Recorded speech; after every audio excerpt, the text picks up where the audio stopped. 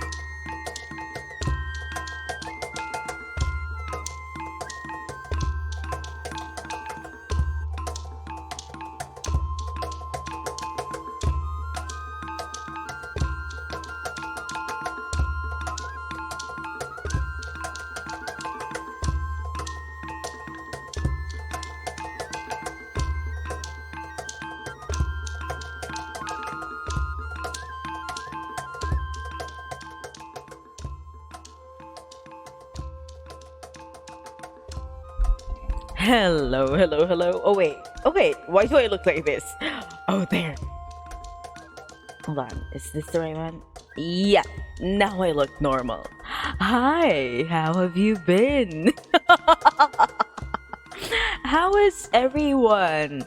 Are you liking the sounds? I curated this playlist of background music that would be specifically for my history reading series. And I'm glad that you find some of the beats twerkable. So the song from earlier, okay, let me just put it back on.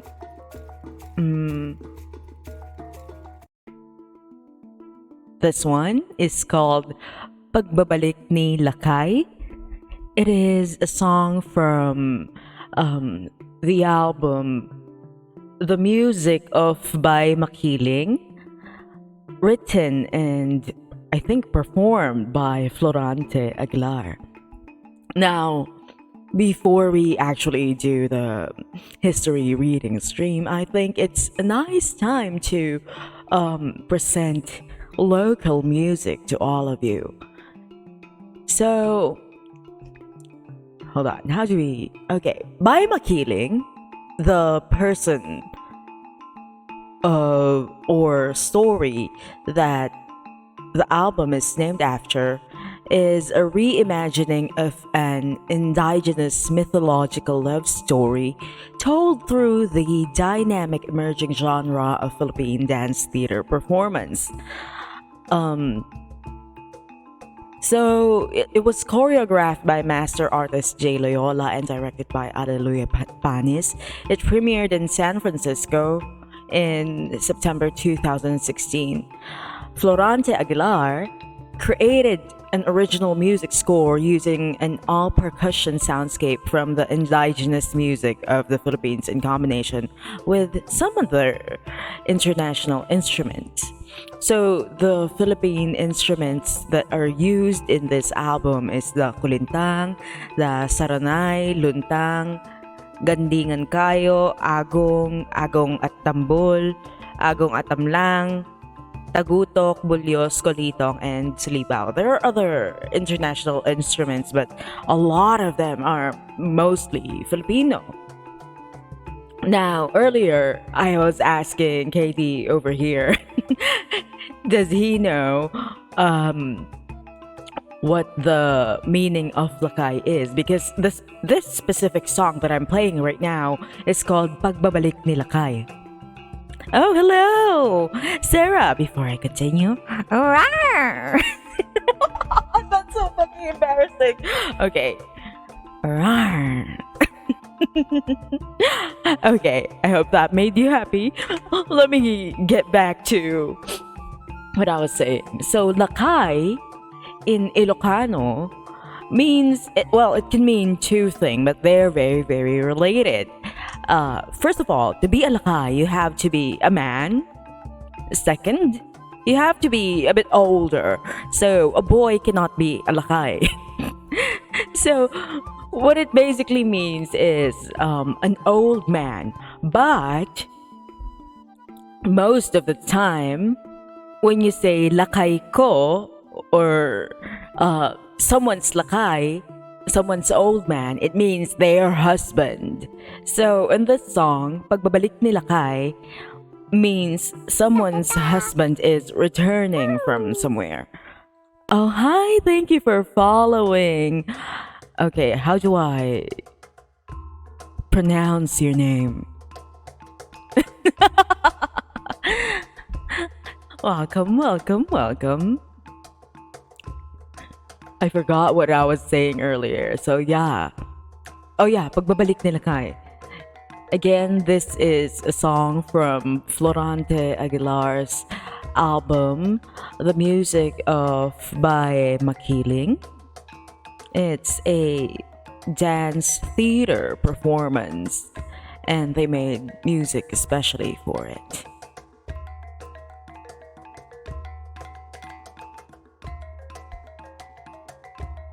Hold on. Where is my... I'm looking for my playlist. As I have said earlier, the music that you're hearing right now, I curated specifically for this type of stream. So yeah, this one is from Florante Aguilar. Some other artists that you will hear from this playlist is Juan Del Oro, Diwa de Leon, Makiling, and Pinikpikan. Who else? Oh, some recording from the mountain provinces. Anyway, let me just ask everyone, how are you? How was your week? Did you enjoy your weekend? As it's ending today. It's a Sunday. Hello, Matty. Oh, thank you, thank you. You're always welcome here in our little place. Welcome to the tea house. Have a seat.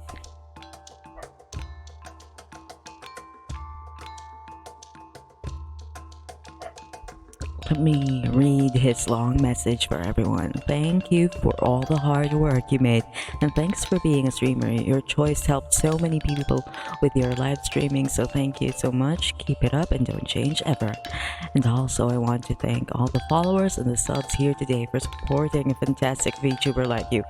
That is such a nice thing to say to everyone. I want to thank you as well for following me and being here and being a very, very good example for the community for, being nice to everyone. Well, since it's your first time here, it might be a little bit of a culture shock because my stream is a little bit weird compared to others. Today we are going to read a history book. Most of my children over here, my makabibis, are already used to this. I hope you enjoy it as well. So tonight we are reading about colonial society and politics in the Philippines. Hold on, let me just... Yes, there is a cooldown, Sarah, because I know that y'all are going to abuse it.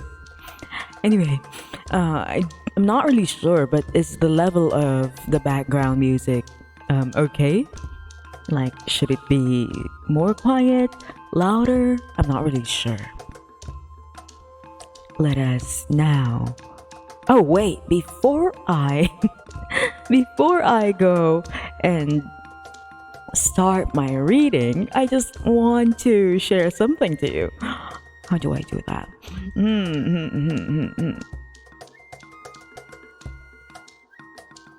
And also, I think I will be doing a 5-minute break later on at around 7 o'clock. As you already know, I've been revealed as the first member of Gen Zero Liwayway of the VTuber group Balangay Live. And last night, we revealed the second member, and I'm really proud of this. Hold on. How do I share that? Let me figure it out. Mommy's having a boomer moment here. Okay. Sources.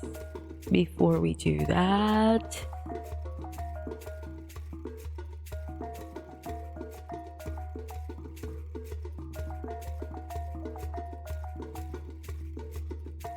Okay, I think... Oh God.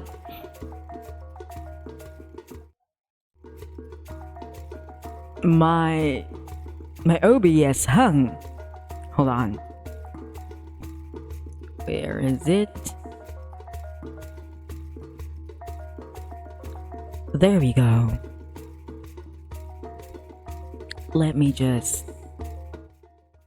lower the volume of our music before I show this to you. Let me share this.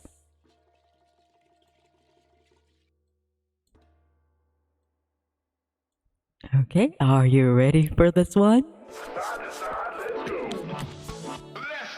What a rare piece of treasure. You're mine now. One more time, one more time. What a rare piece of treasure. You're mine now. Yay!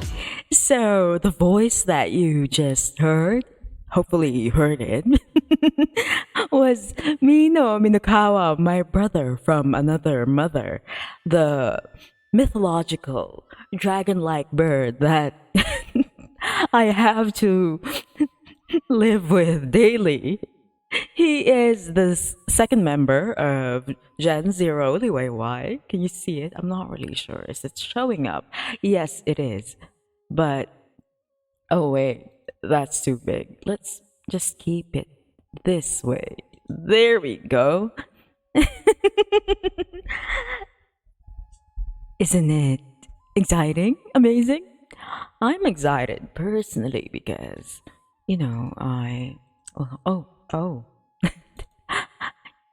I just realized you will have to go through some stuff with me. Hold on. How do I? Oh no, that's not. Oh God. Here we go. Sorry about this. I just can't stand, there we go. Okay, none of you saw that. No one saw that.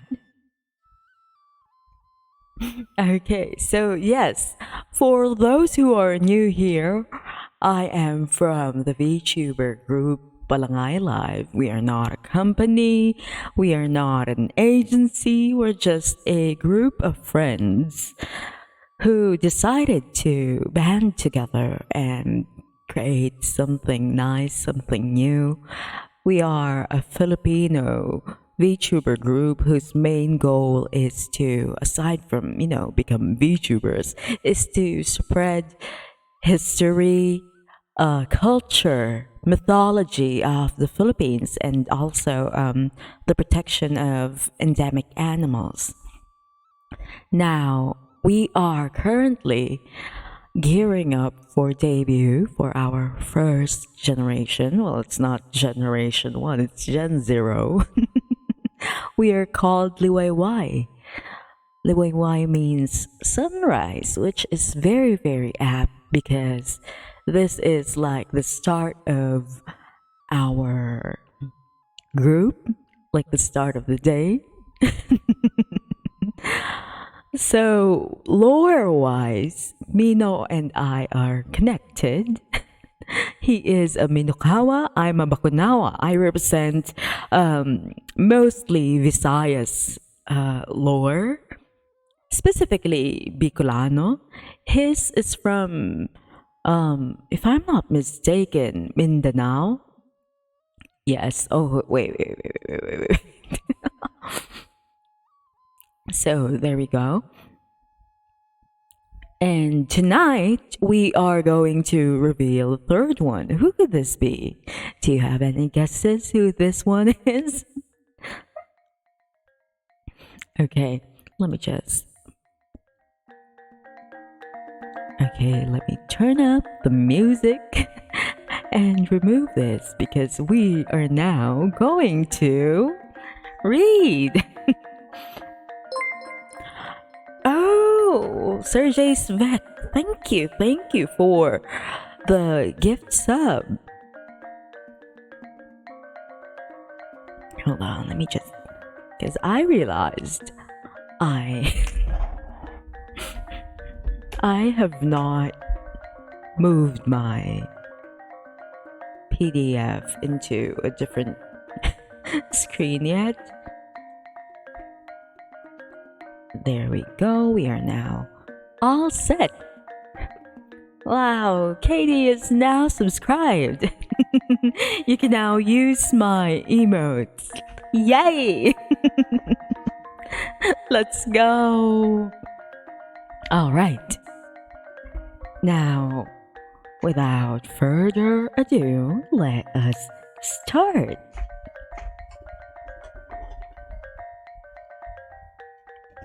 Fairy Godfather. Hold on. So let's start reading Colonial Society and Politics. The economic exploitation of the colony could be efficiently carried out only under conditions. Oh, wait, that. Hold on. Something went wrong. Oh, there we go.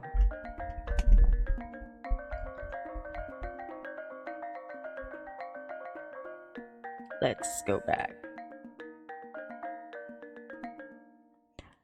Okay, let's continue. Could only be carried out under conditions of peaceful acceptance of colonial rule. This required a transformation of the attitudes of the Filipinos toward their new rulers, meaning the Americans. For this purpose, military suppression had to be supplemented with more sophisticated methods of subduing the spirit and seducing the mind of the Filipino. The recreation of Philippine society in the image of its conqueror, the conversion of the elite into adjuncts of colonial rule, and the cultural Americanization of the population became integral parts of the process of colonization. A program of virtual de-Filipinization was therefore instituted.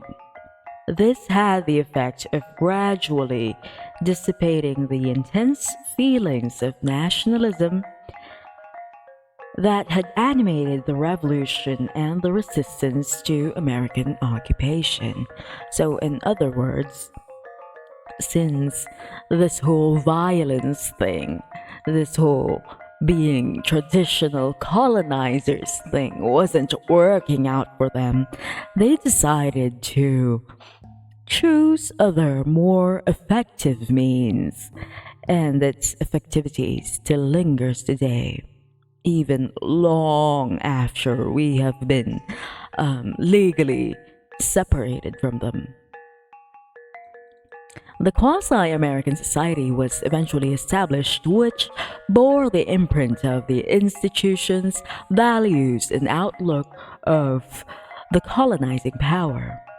The American colonial technique finally earned for the United States the loyalty of millions of Filipinos whose sense of value was distorted, whose children were miseducated, and whose tastes were conditioned to the consumption of American products. It should be noted, however, that generally speaking, the degree of loyalty, miseducation, and Americanization was in direct proportion to economic and social status.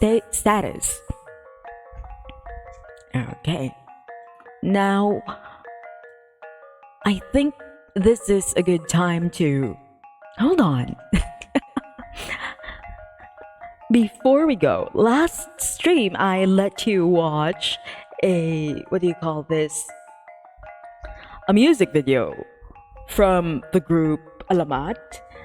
I have something here that is kind of related. They had this song called Kasmala, and let me just look for a very, very nice Twitter thread about it. Hold on.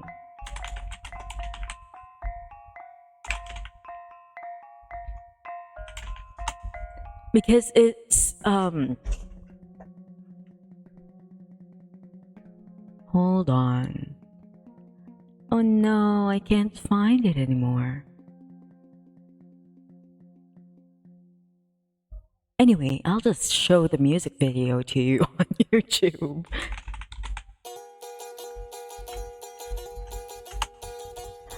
Last time I was not bonked by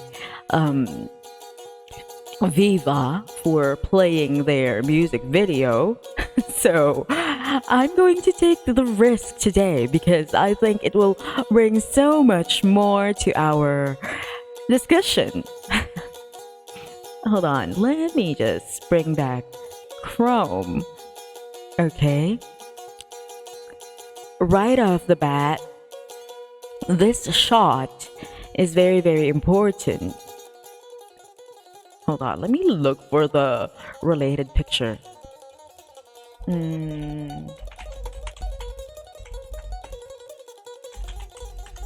Let me look for the picture of that child.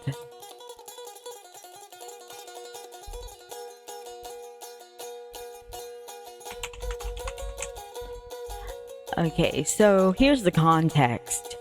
In 1904, there is this thing called a World Fair.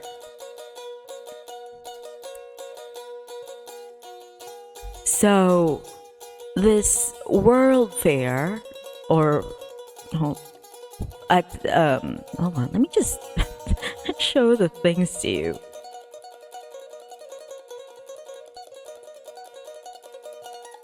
Let me open the images.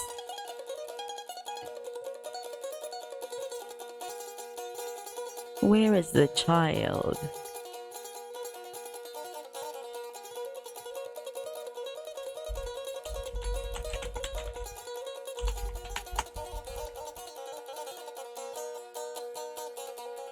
I cannot find the picture that I want or need to show you right now.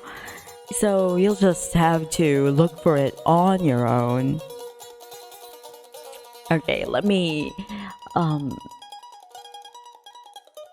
do you call this? Let me just explain what the 1904 St. Louis World Fair was all about. So, it's very, very stressful. I don't like explaining this because it makes my blood boil.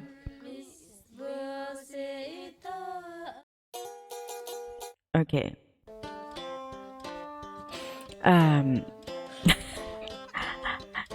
So you remember William Howard Taft, Governor General of the Philippines, and then he became the President of the the United States. So he wanted a novel way to introduce the new colony to his fellow Americans. Now, what did they do to do that? So what they did was they made a Philippine exposition. Now, you might ask, what is this Philippine exposition? It has like 130 buildings built on a 47 acres of fairground. There were reproductions of ancient structures like the Manila Cathedral, the Ayuntamiento, the seat of Spanish colonial power. More than 70,000 exhibits from the finest ethnographic, church, provincial, and private art collections all over the islands were created and shipped all the way to Missouri. Entire villages were built to replicate those of the Visayas, Bagobos, Samals, Moros as they were called back then, Igorots, Tinganes, Negritos, and 30 other tribes. Now, who are going to be manning those replicas? What these motherfuckers did, oh God, they shipped all of these people. They shipped all of these people and made them do their daily lives there. And some of the people who had a, what do you call this? A headhunting culture, who were known to eat dogs, they were forced to perform all their rituals. They were forced to eat dogs there. There were children who, for some reason, were tied up. Hold on, let me just show you. Whenever I discuss this, I get so inexplicably mad. Oh, thank you for the redeem, Meowki. I'm just malding again. Okay, so this over here is one of the promotional materials. So it just says Philippine Exposition World's Fair St. Louis. And then you have the crest of the Philippine Islands. And on the right side, you would see a native Filipino. It says 40 different tribes, 6 Philippine villages, 70 exhibits, 130 buildings, 725 native soldiers. Second only to the World's Fair itself, the overshadowing feature of the World's Fair, better than a trip through the Philippine Islands. That's how they marketed this thing. And here we have this photograph from the World Fair. Basically, they put Filipinos in these fake ass environments into a human zoo. That's what happened. And here in Alamat's Kasmala, this is a recreation of a picture of, I think she was an Igorot girl. It's like a little child around the age of 2 or 3. She was tied up like this so that people could gog at her. All these white people looking at them like they were animals at the zoo. And so, yeah. Let me just play this music video for you so I can cool down. Again, I would be pausing this once in a while to point out things. So this member right here, he's also of Igorot lineage, so he was the one chosen to recreate this pose, this picture.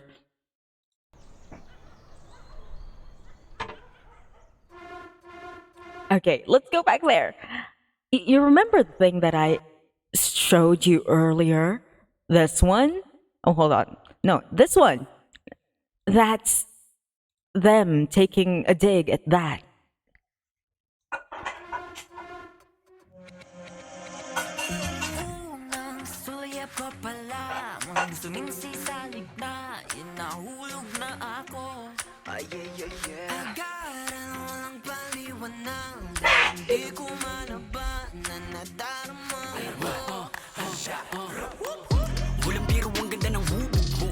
So you can see here, there's a white person, literally all white, cleaning up, bathing a member of Alamat, who is supposed to represent an indigenous Filipino.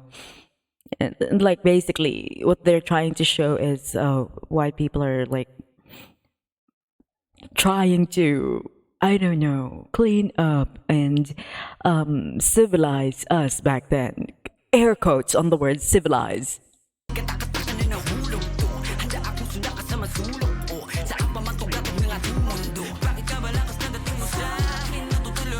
Okay, I want to pause here because this image, this painting at the back is like, I forgot what it's called, but it's like one of those figures in science books back then, showing like evolutions of human and stuff like that, making it to legitimize racism, telling the people back then that, the darker the skin color is, the more inferior. And incidentally, this member, Mo, is half African American. He was from Pampanga, if I remember correctly. His dad is black, his mom is a Filipino, and that's why he represents this part.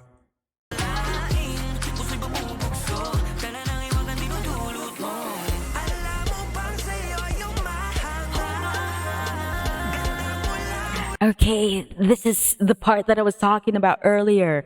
Like, he's pretending to, like, eat the dog. It's a stuffed toy, but yeah, this is a direct callback to St. Louis Fair 1904. Okay. I keep on pausing because there's just a lot of things to point out.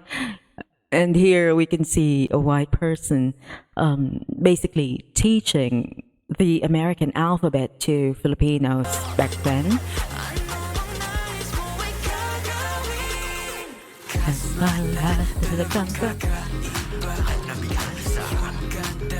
And if you would look at the things around them dance while they're dancing, they're like in this in fences, and there are artificial houses around them, and white people taking pictures. Go take a guess.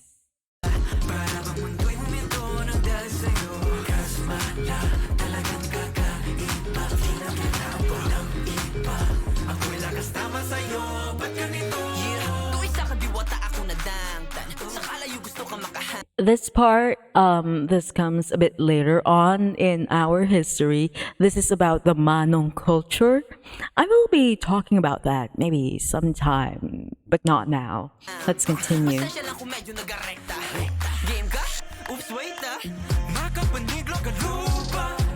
I love this outfit.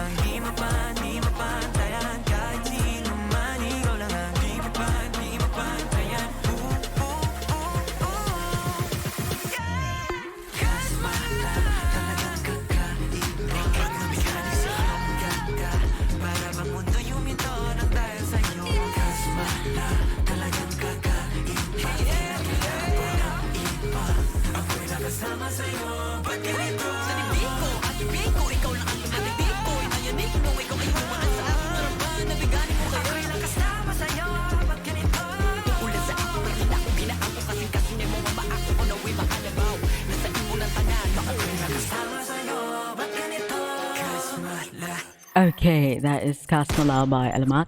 If you want a more thorough explanation and reaction to this music video, I would recommend you look at the reaction of historian Kirby Arroyo. He's actually in the, what do you call that, recommended videos right here. Also, another thing, another historian that gave a reaction to music videos of Alamat. Xiao Chua. Xiao Chua has a reaction video on the outfits of Alamat for K-Bai, their debut release. So yeah, my point is, when the Americans taught us, how to read and write the way they did, it wasn't really for us. Let's continue reading. The principal agents of American... Oh, thank you for following. Oh, is this the same Omen as before, or is this a different Omen? Anyways, welcome Omen, VTuber. The principal agent of Americanization was the public school system, which still sucks today, by the way. Hold on, let me just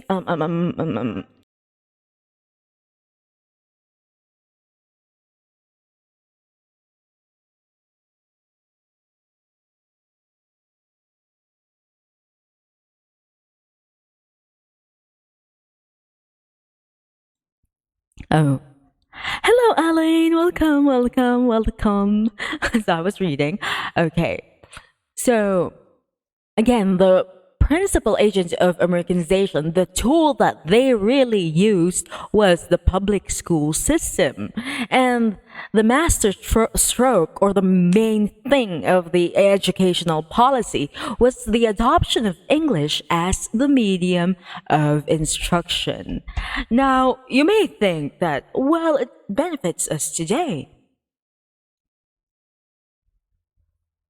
Well, yes, it does. I do not think otherwise.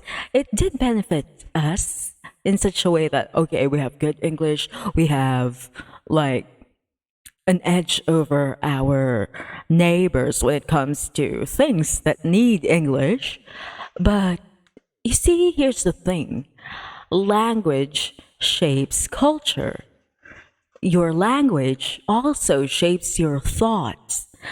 For example, there is this one YouTuber. I forgot what his name is, but he's a Korean and he's gay. And when he speaks English, he sounds very, very Gen Z gay. But when he speaks his mother tongue, his Korean language, he sounds very, very straight that it's scary. And everyone was like, why is your Korean in the closet? And it's just one of those things wherein when you think in one language, it's kind of different when you think in another.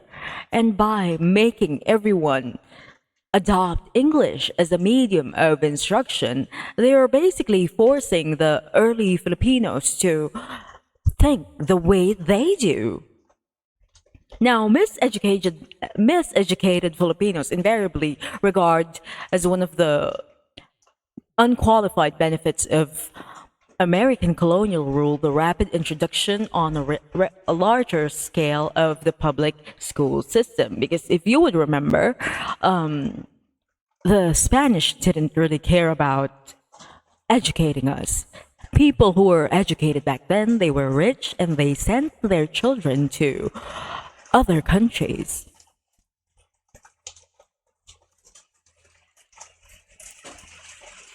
Let's move. They point to the early efforts to put up schools as evidence of the altruistic, the pure heart and intentions of the United States government.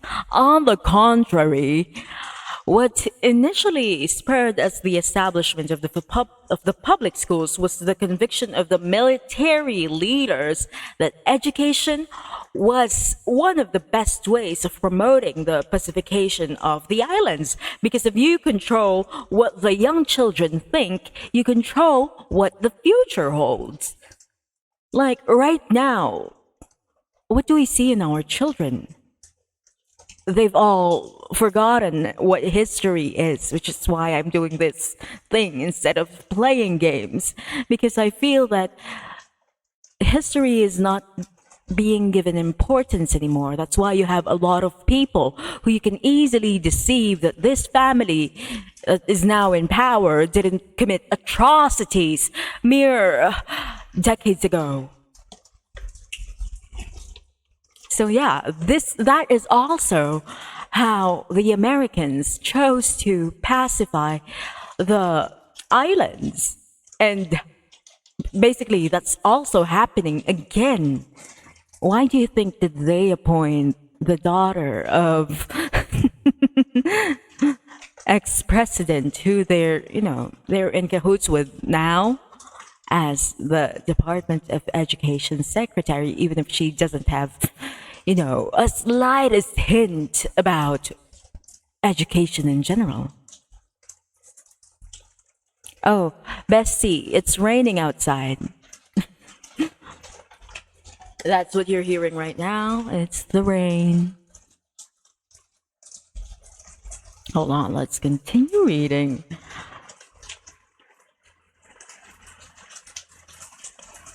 Okay.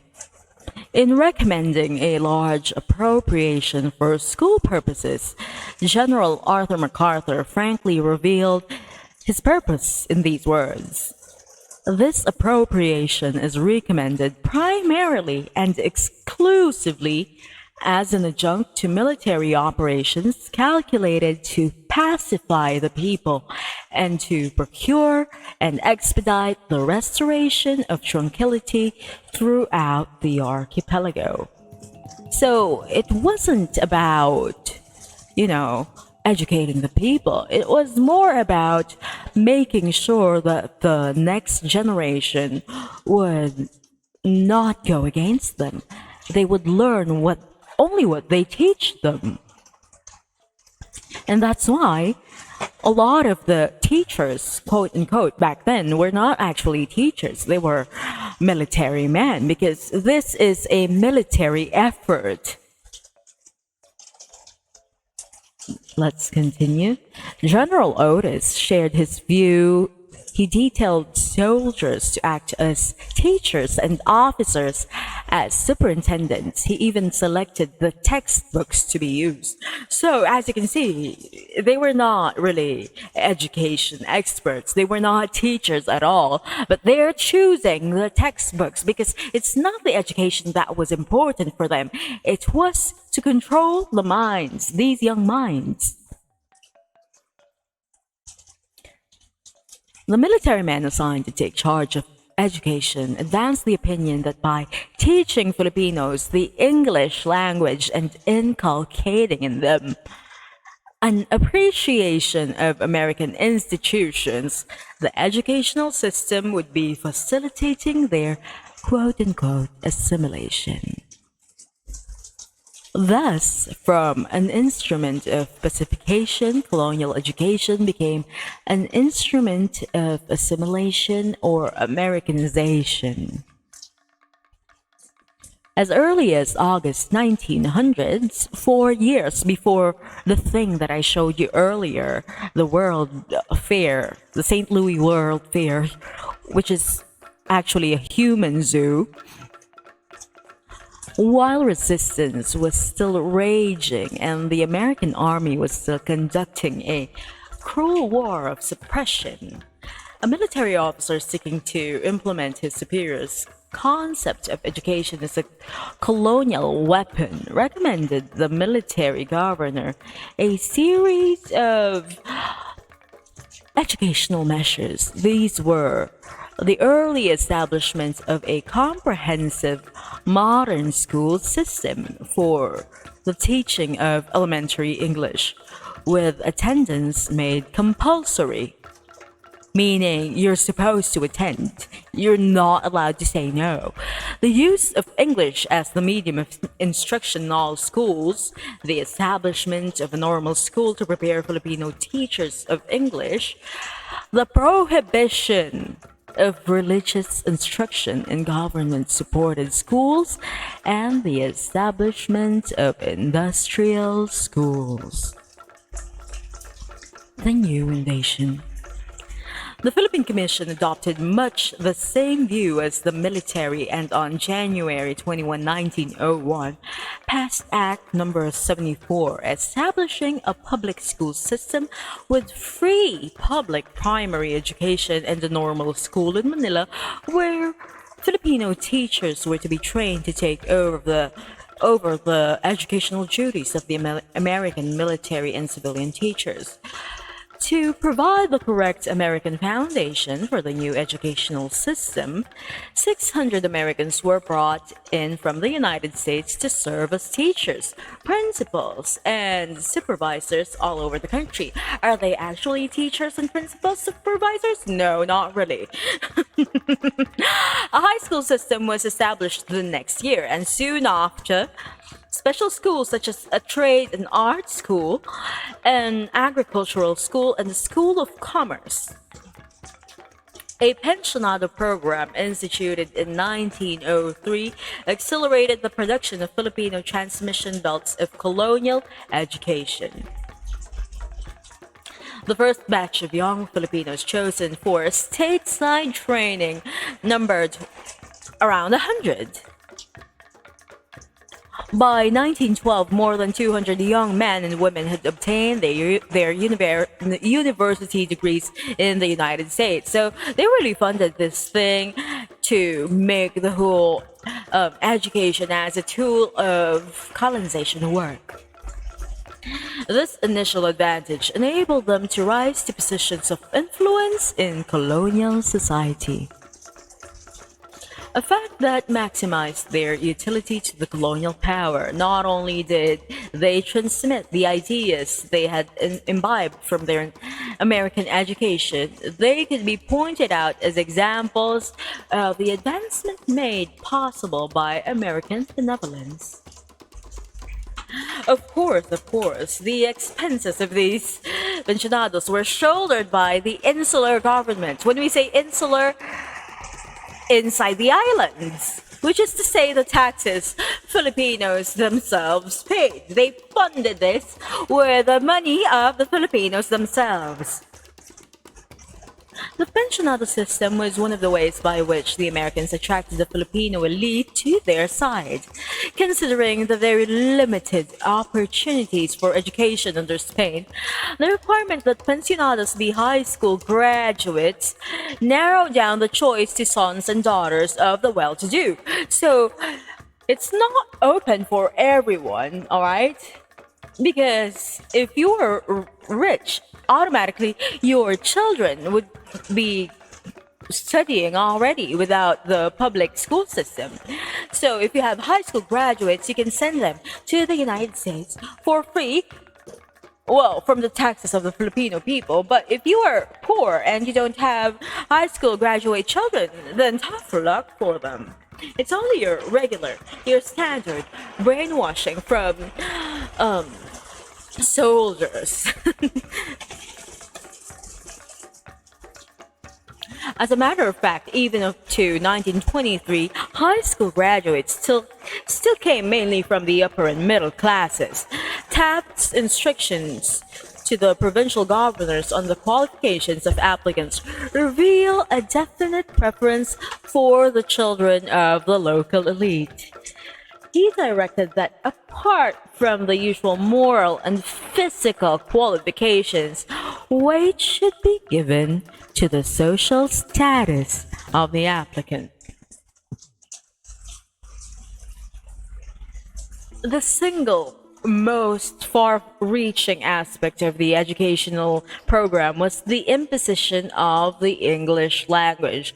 Like I said, language really shapes the way that we think, the way that we speak. Because there are concepts, there are words that exist in one language and don't necessarily translate to the next language because it came from a different culture. So let's say, for example, from English, you will just say rice. But in Filipino, you have many different ways to say rice depending on the state that they are. So for us, I'm just going to focus on Tagalog. We have bigas if they are, not yet cooked.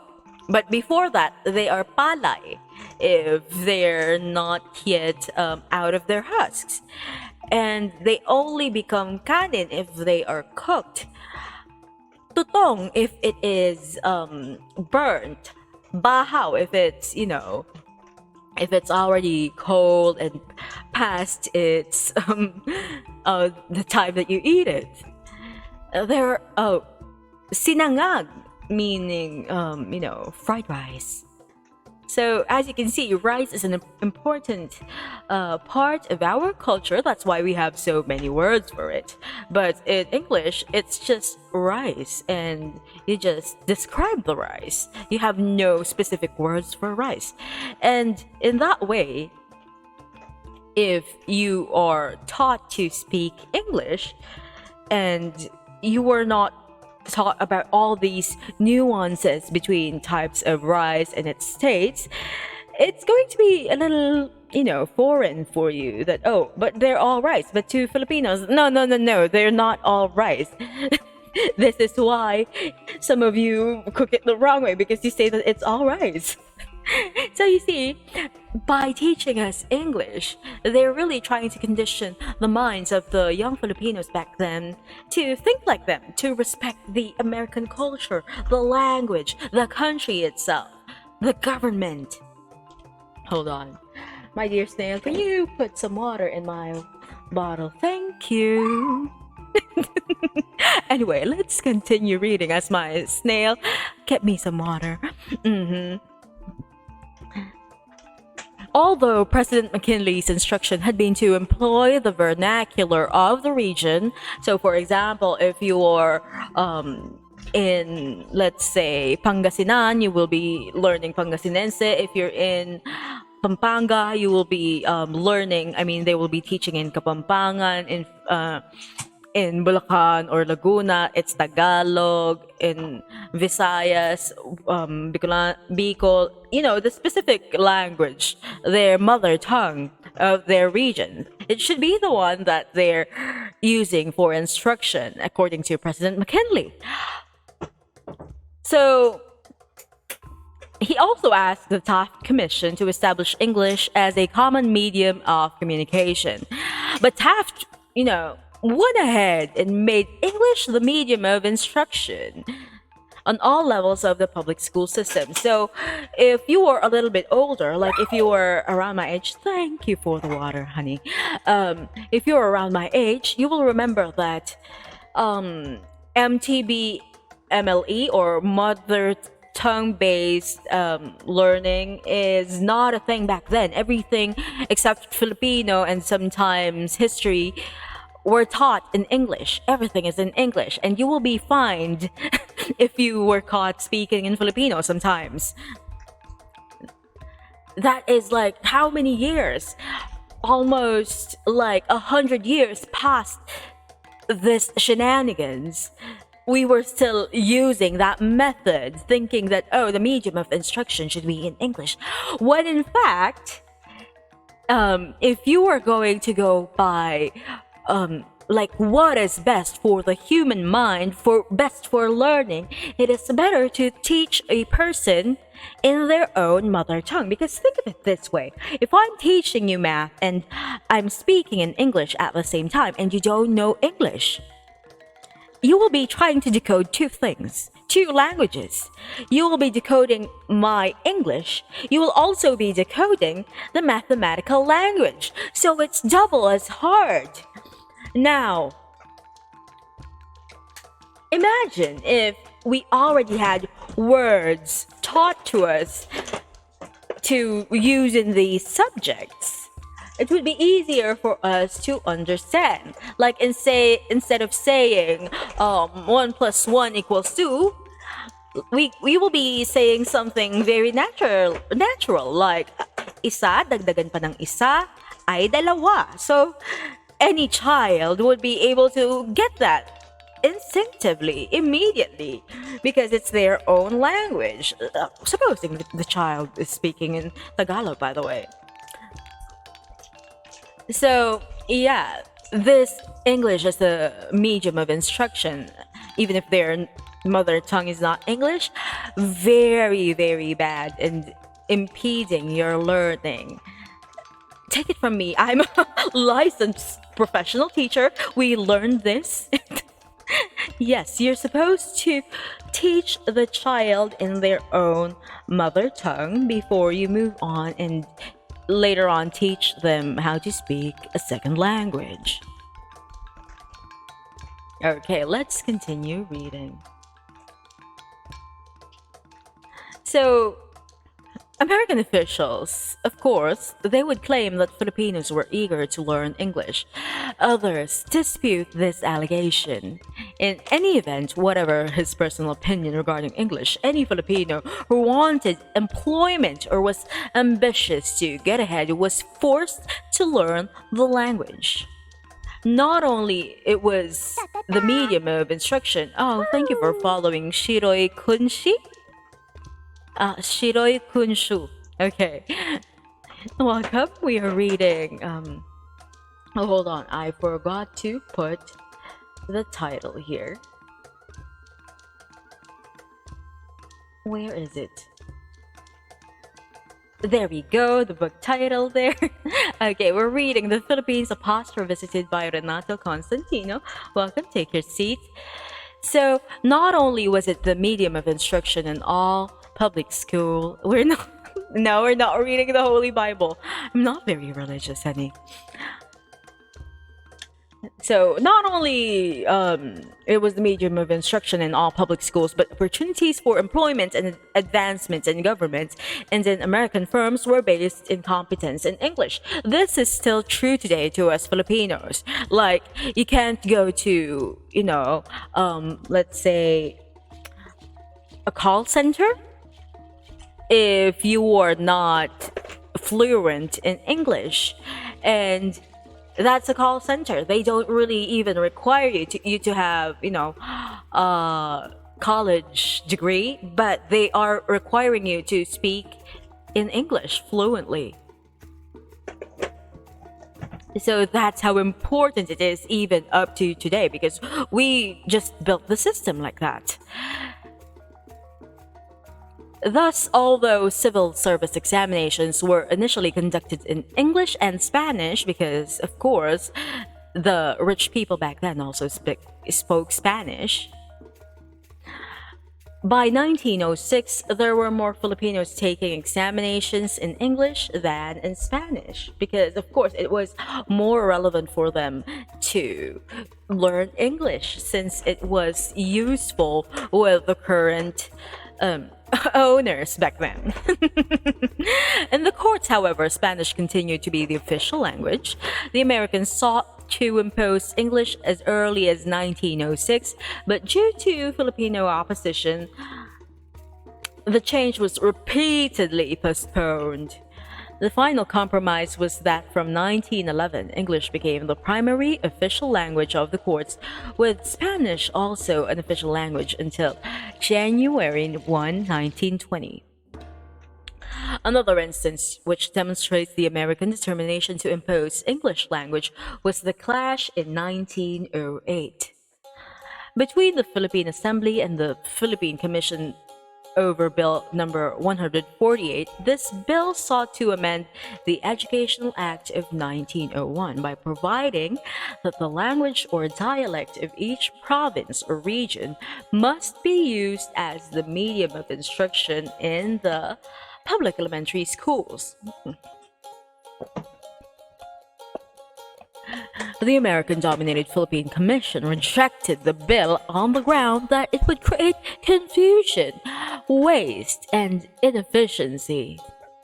Well, admittedly, doing a mother tongue-based education is expensive and takes a lot because we have so many languages, but it's all worth it if the children can learn better.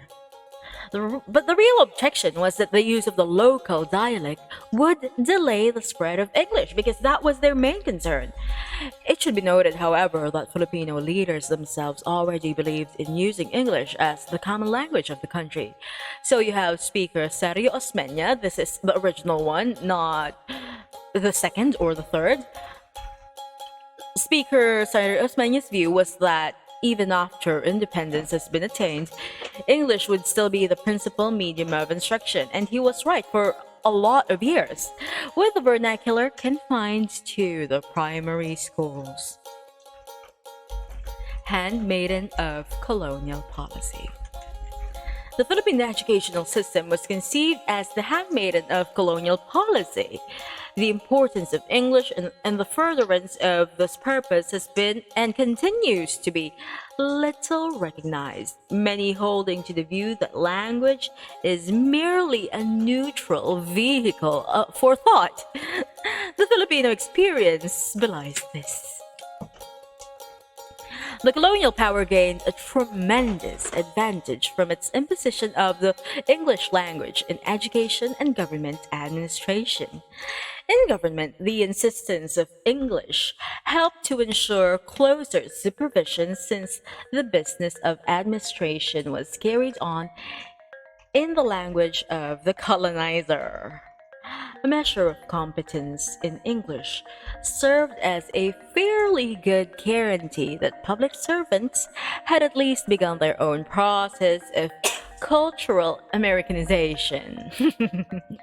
Since proficiency in English was an important qualification for advancement, the process of Americanization received a powerful impetus.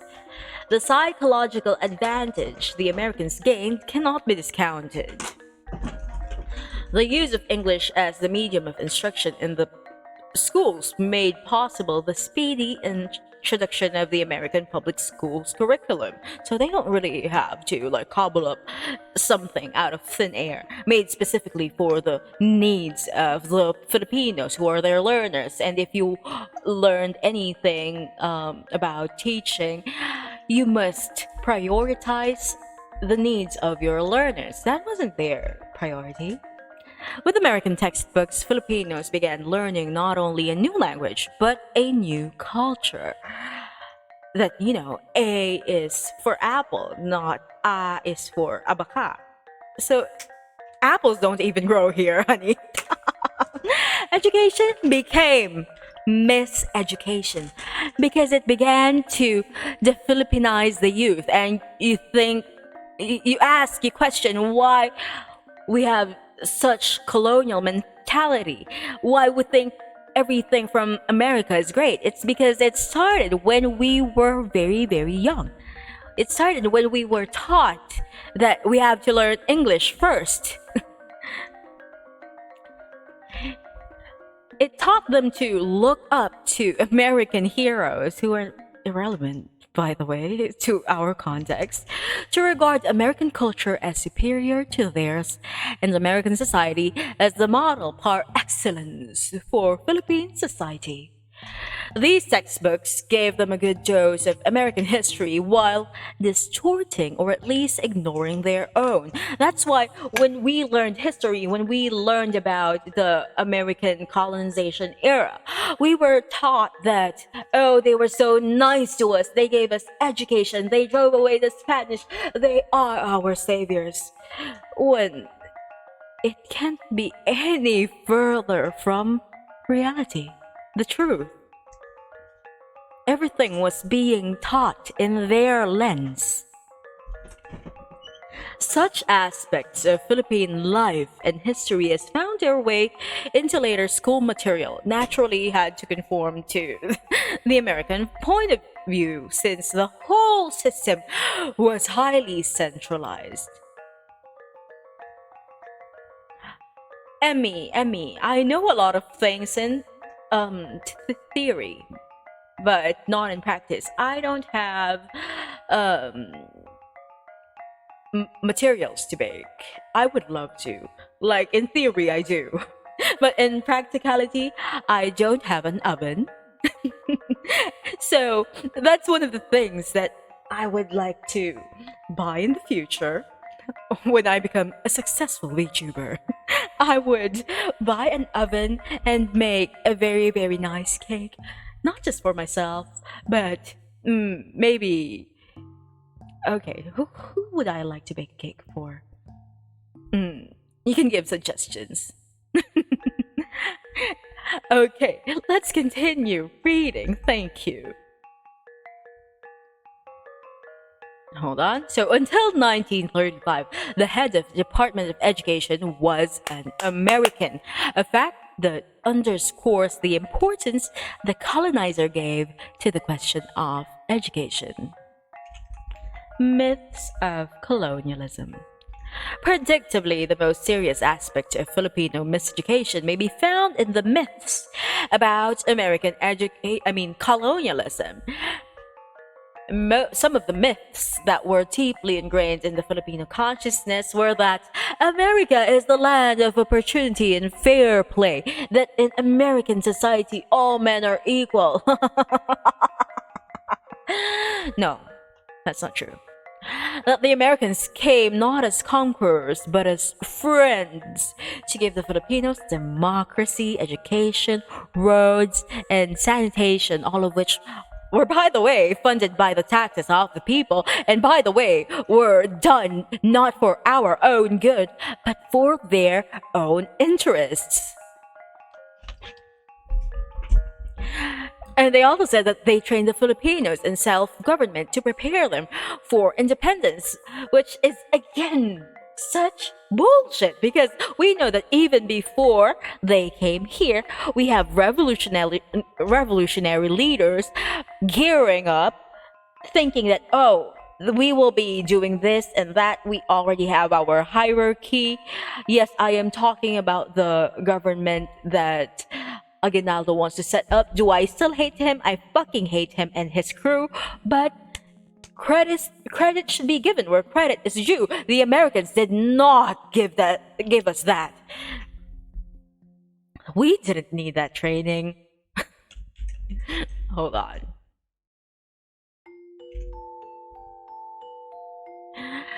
And, they're saying that after granting the country our independence, they allowed us, the Filipinos, to enjoy special relations with the United States, which were beneficial to the young republic, among other ideas that were subtly inculcated. Like, they didn't tell us directly, but it was there. It was between the lines. There was a belief that the Philippines is ideally suited to be primarily an agricultural country, and that free enterprise capitalism is the only possible economic framework for democracy. The transformation of the conqueror into an altruistic benefactor through the alchemy of colonial education was premised on the distortion and outright suppression of information regarding Philippine resistance to American rule and the atrocities committed by the American army to crush the resistance. In much, much simpler words, because they tried to suppress the news that people didn't want to be ruled by them, that we were revolting, resisting against these Americans and their tyrannical ways of their army to crush the resistance. It was easier for them. It gave way for, education that they brought to suppress all these information and paint them out as a benefactor, as a friend, as someone who tried to help us, a big brother, if you may, instead of showing them for what they truly are. They're colonizers. Sorry if I'm extra angry today. Okay. The use of English as the medium of instruction made the flow of information infinitely more manageable. Therefore, English became the wedge that separated the Filipinos from their past, at the same time that it helped to further separate the educated Filipinos from the masses. So there was a great divide between, the educated ones, the rich ones, and the masses, the regular people. While cultural Americanization assured easier control of the colony, it must not be forgotten that its fundamental objective was successfully attained. The Filipinos became avid consumers of American products, and the Philippines a fertile ground for American investment. For rapid economic penetration, a population that understood English was most useful. Let's move.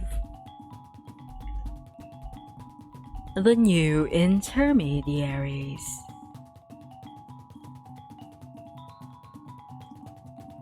The other principal objective of early American colonial administrators was the implementation of a policy of attraction directed at the elite of the country.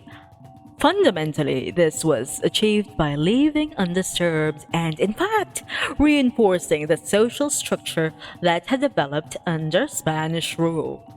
As an initial step, the appointment of ilustrados to high office was quite effective because, the ilustrados were the rich people. They were the ones who learned in Spain and other European countries, and they have this little thing about them wherein during the revolution. They keep on flip-flopping between wanting freedom and wanting to kiss Spain's ass.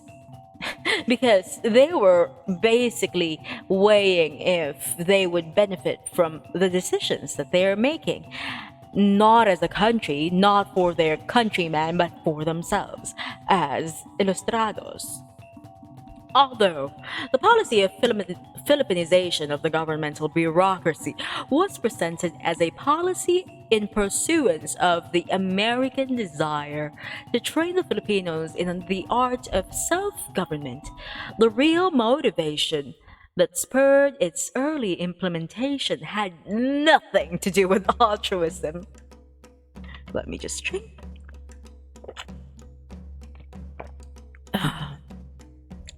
One motive was the need to mollify critics in the anti-imperialist movement in the United States, giving Filipinos participation in government could be adduced as evidence of intention to pull out the country eventually.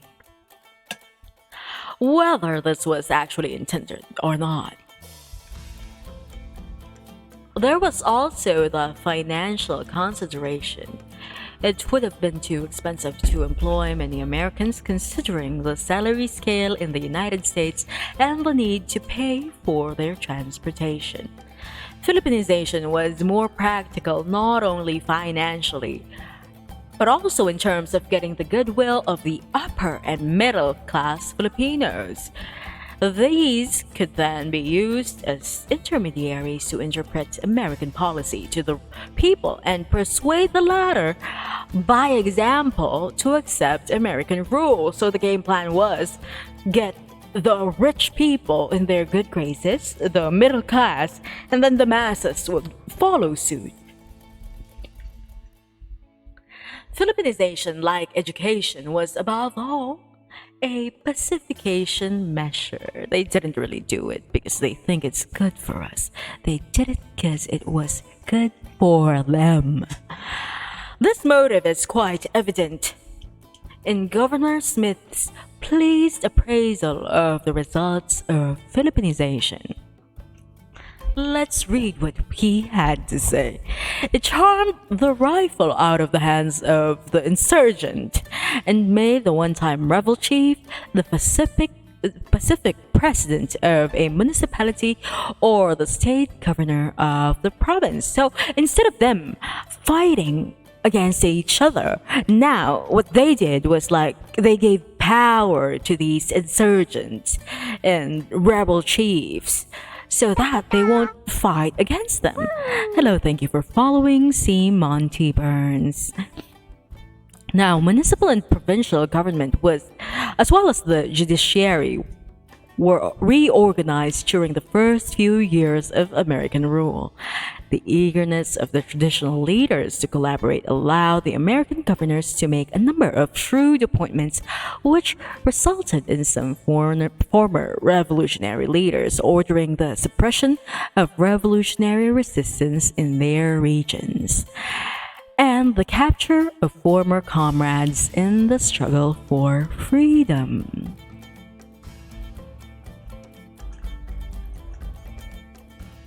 Caciques retained. The reorganization of local governments, which the Americans instituted with the advice of prominent ilustrados, strengthened the hold of the landed elite on their communities. Hello, Illumi, good evening, and I was gonna say good morning because you just woke up, but welcome, welcome. We are at chapter 16. Okay, again, the reorganization of local governments, which the Americans instituted with the advice of prominent ilustrados, strengthened the hold of the landed elite on their communities. The technique applied was reminiscent of the Spanish government's use for the pre-Spanish social structure to win over the chiefs, because, you know, they're going to be the ones in power. The Americans retained the administrative units that the Spaniards had created, keeping them as before under the control of a strong central government and without as much leeway for initiative in the solution of local problems. Furthermore, by carefully restricting the privilege of suffrage or being allowed to vote, the colonial administrators ensured the retention of political power by the elite of each locality. So not everyone can vote. Only the people who are already allied with them because, they gave them power. To vote for municipal officers in the 1905 elections, the voter had to be male, so no women allowed, at least 23 years old, with one or more of the following qualifications. He must have held public office during the Spanish regime, so either that, or he must be paying a minimum of $15 of taxes per annum per year, or he must be able to read and write in English or Spanish. So for those who are poorer, obviously they wouldn't be holding any power in the Spanish regime. Also, $15 per year, it's a huge amount if you're a poor farmer. So what is your third option? The third option is that, you send your child to school, they learn to read and write in English. Which again, it would further power the, what do you call that? I'm not really sure. It would further power English as the medium, as the weapon that they have to colonize the minds of the Filipinos back then, until now. With such requirements, only the elite of the towns could vote and be voted upon. Thus, the supposed democratization actually consolidated cacique rule by investing with political power. This class had traditionally controlled the rural population.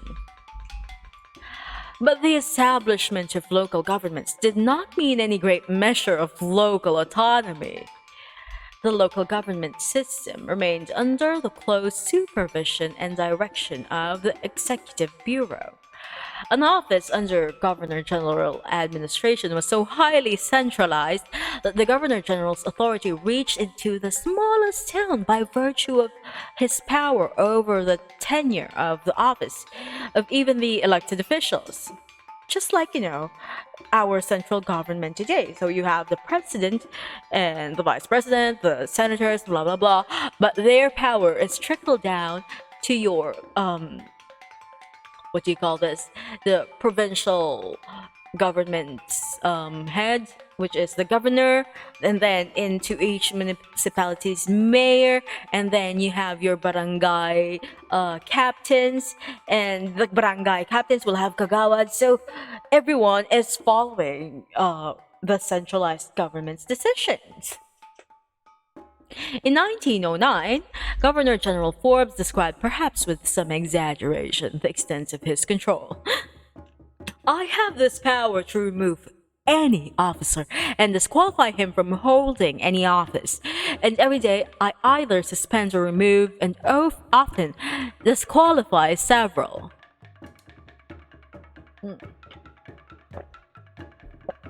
The debating club. Not to be confused with the debate club in Genshin Impact, which is a great 3-star weapon. Let's read this. The establishment of the Philippine Assembly carried out on the national level the same pattern that had been set for local governments, namely, the substance of power centralized in the Governor General and the political positions apportioned among the elite. The creation of the Assembly proved to be one of the most effective techniques of winning over members of the traditional elite all over the country. Thank you for the hydrate. The establishment of this body, promised in the Cooper Act of 1902, had been hailed by the Ilustrados, or in the arrogant terminology of the Philippine Commission, the Filipino people of the class, who saw it in a channel for national prominence and influence. The idea of having a popular mass assembly was dear to their hearts. Hold on,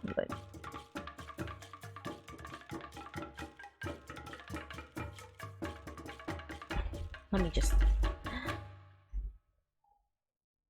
Had they not agitated for the representation in the Cortes, the courts in Spain, and had they not, with much pomp and ceremony, established their own Congress at Malolos, Congress at Malolos, that thing we discussed a while ago, besides the stringent qualifications for the electorate, made it a foregone conclusion that the body would be dominated by them.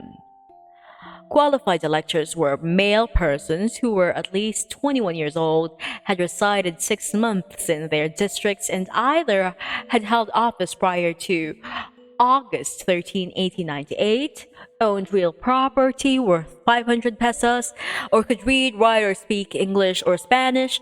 Such qualifications precluded the participation of the masses. In fact, out of a population of nearly 8 million, only 104,966 registered. So not even half. Not even like 10th. It was a tiny, tiny little bit of the population that were able to register to vote, and only 98,251, or 1.41% of the whole population voted. Thus, while the Americans provided for the mechanics of democracy, they made certain that the victors in the election would come almost exclusively from the class they were building up for leadership.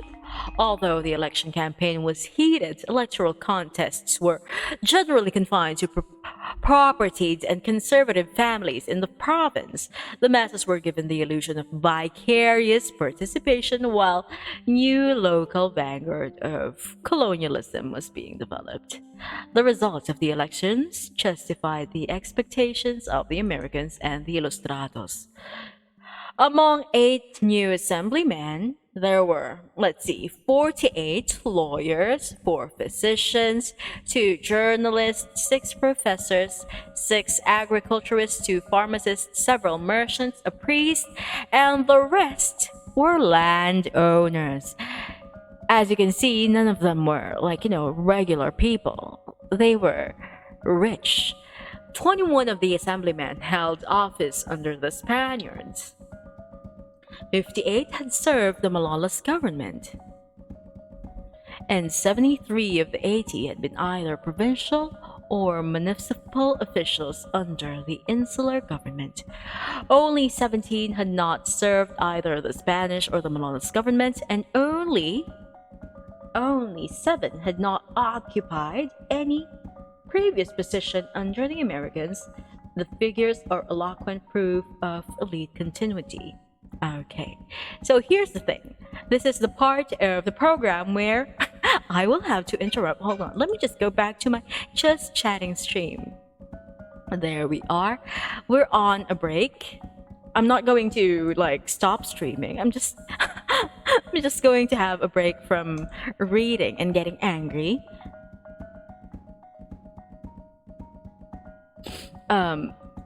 You might be asking, oh, this is new. You don't usually take breaks between your reading, but today I will really have to because I am juggling 2 jobs at the same time. As you already know from earlier and from, the few days of promotion that we will be debuting, we are currently introducing one by one the members of Gen Zero Liwayway, and I will have to be honest, I am the one managing our Twitter And it's almost 7 p.m., which means it is time for me to go to work. I would love to share this to you, by the way, but hold on. I need to not show the drafts because it is messy. Hold on, let me just look for my stuff. I will show it to you, but right after I tweet it. Because, oh my god. Okay, I am currently putting my tags. Oh god, that is the wrong one. I can't show it to you yet because, hold on, I will spoil it, and I want you to see it like when it's on the page itself. Are you excited? Do you have any guesses as to who the next member is? I'm sure that the guesses would mostly be wrong because this is a surprise.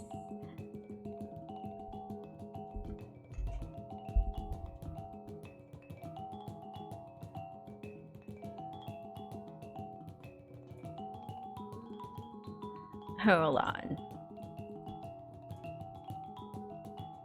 I'm currently scrambling to put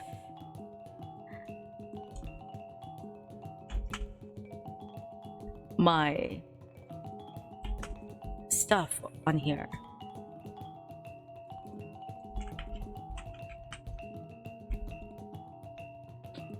Any guesses who the next member is? You can type it down. Oh, hello, Donna. Thank you for the stretch redeem. I needed that. Anyway, while I'm doing this, how is everyone? Did you already have dinner? Are you having dinner right now? I just ate before this, what do you call this? This stream. However,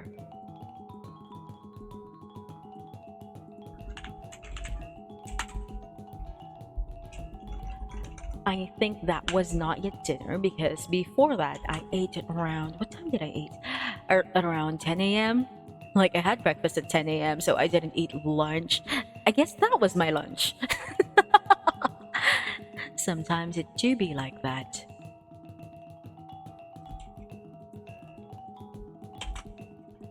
Where did that go?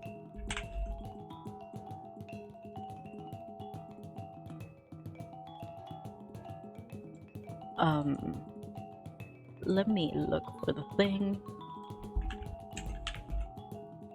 No guesses yet as to who you think is our last member for this generation. I will give you a clue. It's a girl. Obviously, there are more girls in the Balangay. I think in general, VTubers, there are more women than men because the fan base is mostly men.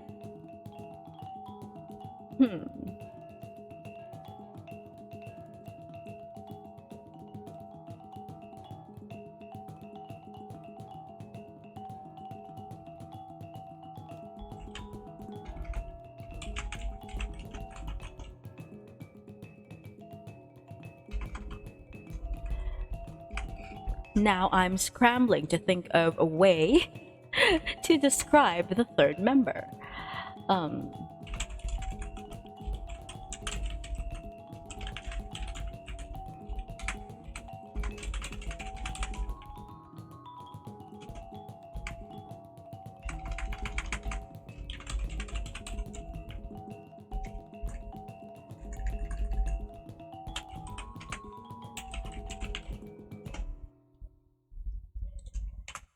Okay.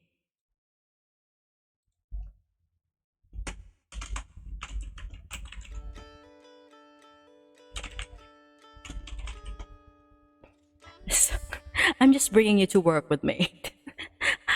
Bringing you behind the scenes. This is me every 7 p.m. every day when it comes to Balangay stuff. I'm thinking of how to post our materials.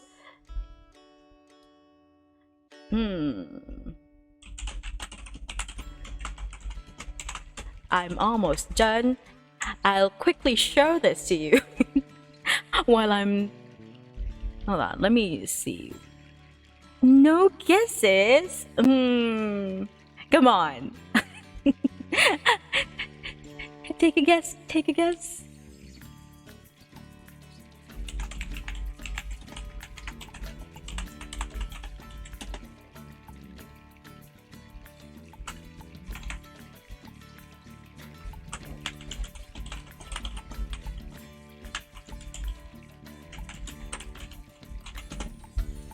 Okay, are we ready? As soon as I tweet this, I'm going to show this on my screen. Ready, ready, ready? Let me just read it one more time. What is her preferred? Is there an emoji like this? Oh, there is. Hold on. Let me just use that emoji because. Oh, fuck. That didn't.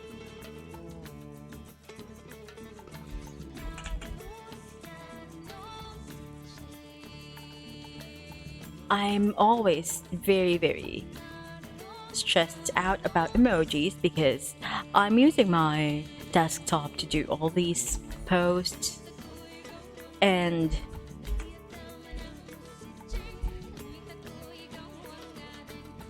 okay, it doesn't want to let me put emoji, so I guess it'll have to stay this way. I'm gonna tweet it now, and then what we're going to do is we're gonna go back here, and then we are going to look at what we have. Oh, wait! Is it showing up?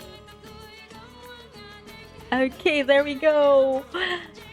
Our next member in the Balangay to debut in Liwayway.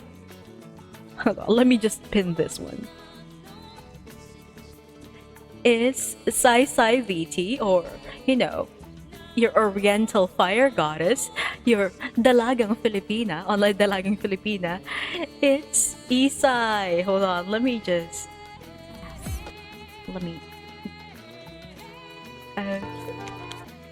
Oh, there we go.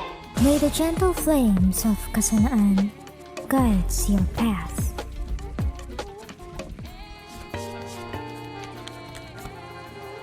May the gentle flames of Kasanaan guide. Okay, so as you can see, we are Liwayway. So a fun fact about Liwayway, we represent the three different biggest island groups in the Philippines. So Isay is a Mangkukulam, and she represents the Luzon mythos, because like we have different pantheons depending on which group. Like for example, the Visayans gods and goddesses are different from the ones in Luzon, and also the ones from Visayas are also different. So Isay is from the Tagalog mythology, a Mangkukulam. She's not a witch, as in witch, Mangkukulam, but like a fire goddess. And I am from the Visayas mythology, more specifically, sometimes Bicolano. Mino is from Mindanao. I forgot if it's also. Wait, I can't really remember. It's Manobo, I think. So yeah, we represent 3 different island groups, and yay, we are complete. Hello, Mire. Yes, the mafia boss. And it's been a running joke in the Balangay that Gen Zero, Liwayway, is very, very gangster because you have Isay, the mafia boss who sells her ampons to the black market. We have Mino, stealer of things, swindler, pickpocket. And then there's me, the tax evader. Yay! There she is. Okay. Hello, Isa. I was just showing them because I just recently posted this like a few minutes ago. And yes, Liwayway is composed of Mina Minokawa, Sai Sai VT, and yours truly, Yamami, Bibi Bakunawa. Aren't we all cute together?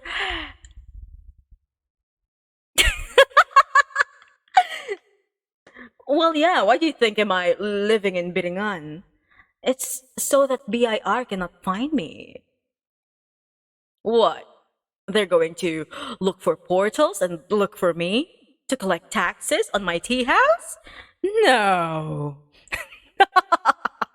They will never find me. Hello, BIR. If you're listening, no, you can't find me. How are you gonna get to Biringan?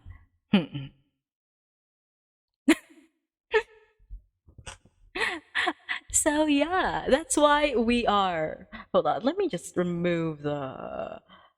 Where is that? Hold on. Where did I put the thing?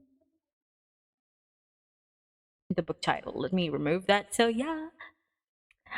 And again, can I just say, look at our Twitter. Oh, if you haven't followed us yet, please do. I'm going to link it. There we go, Balangay Live at twitter.com. Yes, our third member in Liwayway is Isay. Isay VT. Hello, hello, hello. She's down there. Also, Mina is here. Look at us. We look so cute. We look like, I don't know, we're about to beat someone up.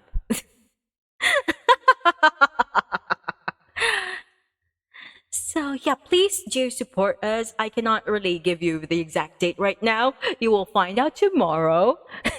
Please watch out for the post. Again, I'm gonna be the one posting it, but yeah. We will be announcing our date and time for the debut. And yes, please do support us. We have been working really, really hard on it. And as you can see, Isai has a new design just for this debut because I know she already has a lot of models. I can't even count them anymore. But this one is specifically for this debut, and she even has some lore into it. Hello, Echo Wolfie. Right, right. Isai has that vibe, that rich mafia boss. And Mino has Snatcher Sakyaba vibes. I don't know, what vibes do I give? Do I give hand me over your credit card vibes? So yay! Hello, Coco Nix. You suddenly chatted when I said snatcher. Well, it's just a running joke. Mino isn't actually a snatcher in real life. I hope so. I don't know. The more that I know about him. So, yes. What do you think? What do you think of this lineup? Do you think this could work? I mean, before we formed Balangay, we've already been collabing. Like our very first collab was Don't Starve Together. That was how many people did we have back then? It's me, Mino, Isai, Maggie, Halia, and Ling back then. So the first 6 people who did that collab were also, eventually reeled into the Balangay because we just work well together. I don't know. Yes, Heart Snatcher. Why not? I'm sure he can snatch hearts if he just, takes a bath regularly. Right, Mino? What a rare piece of treasure. You're mine now. I like that so much. You have no idea how long that took. Like we had to coach him to make him stop laughing while recording that thing.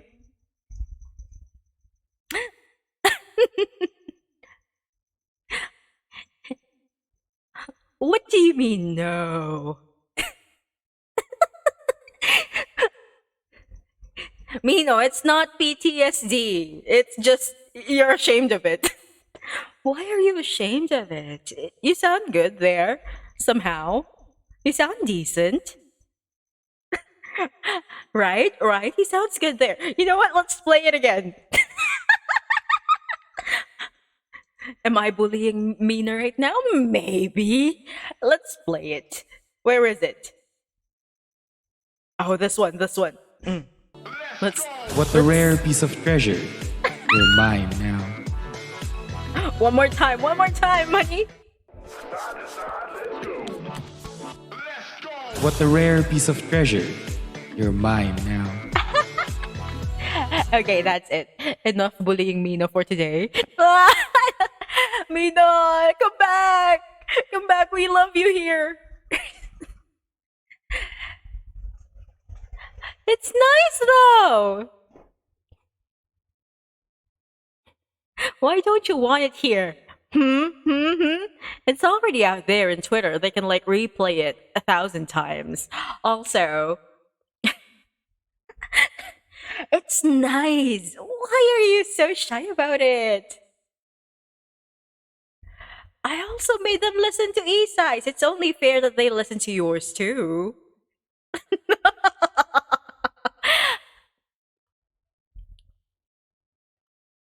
Isai already heard it. She has access to the folder that contains this.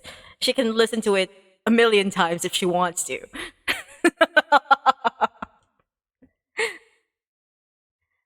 Guys, can you tell Mino he sounds nice here? I'm serious. You sound good here. What is a drop? I'm very, very confused. I don't know what drops are here in Twitch, but I'm not. We want more, Mina? I wish I can show you his entire model, but that will have to wait. What more Mina can I show you guys? You know what? This is going to be a Mina slander stream. Let's look at his Twitter. What has been Mino up to? Because like I'm not on Twitter that much as myself. I've been focused on the Balangay Live Twitter.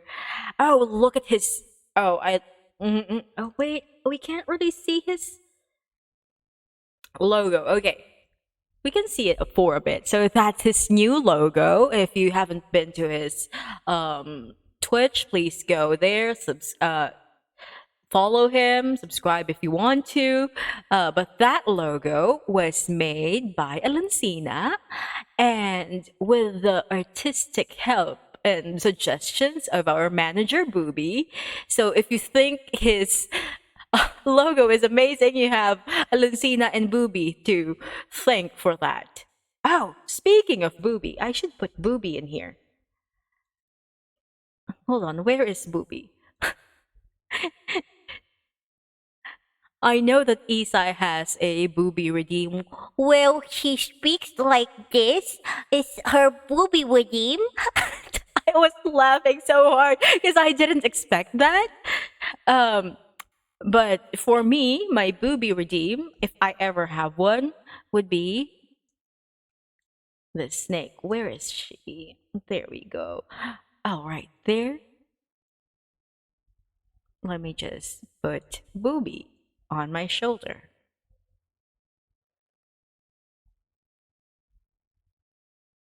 All right, there we go. So yeah, this is Booby. He is the amazing manager of the Balangay. If you're wondering why is he a snake, because this snake basically is the coalition of all my hatred and anger in my body. It left my body through my ears and it formed a consciousness of its own. That's Booby. He's just pure rage. And wow, a lot of people are ooh. Isa is getting retweeted left and right. So there's that. Booby Redeem is Isay.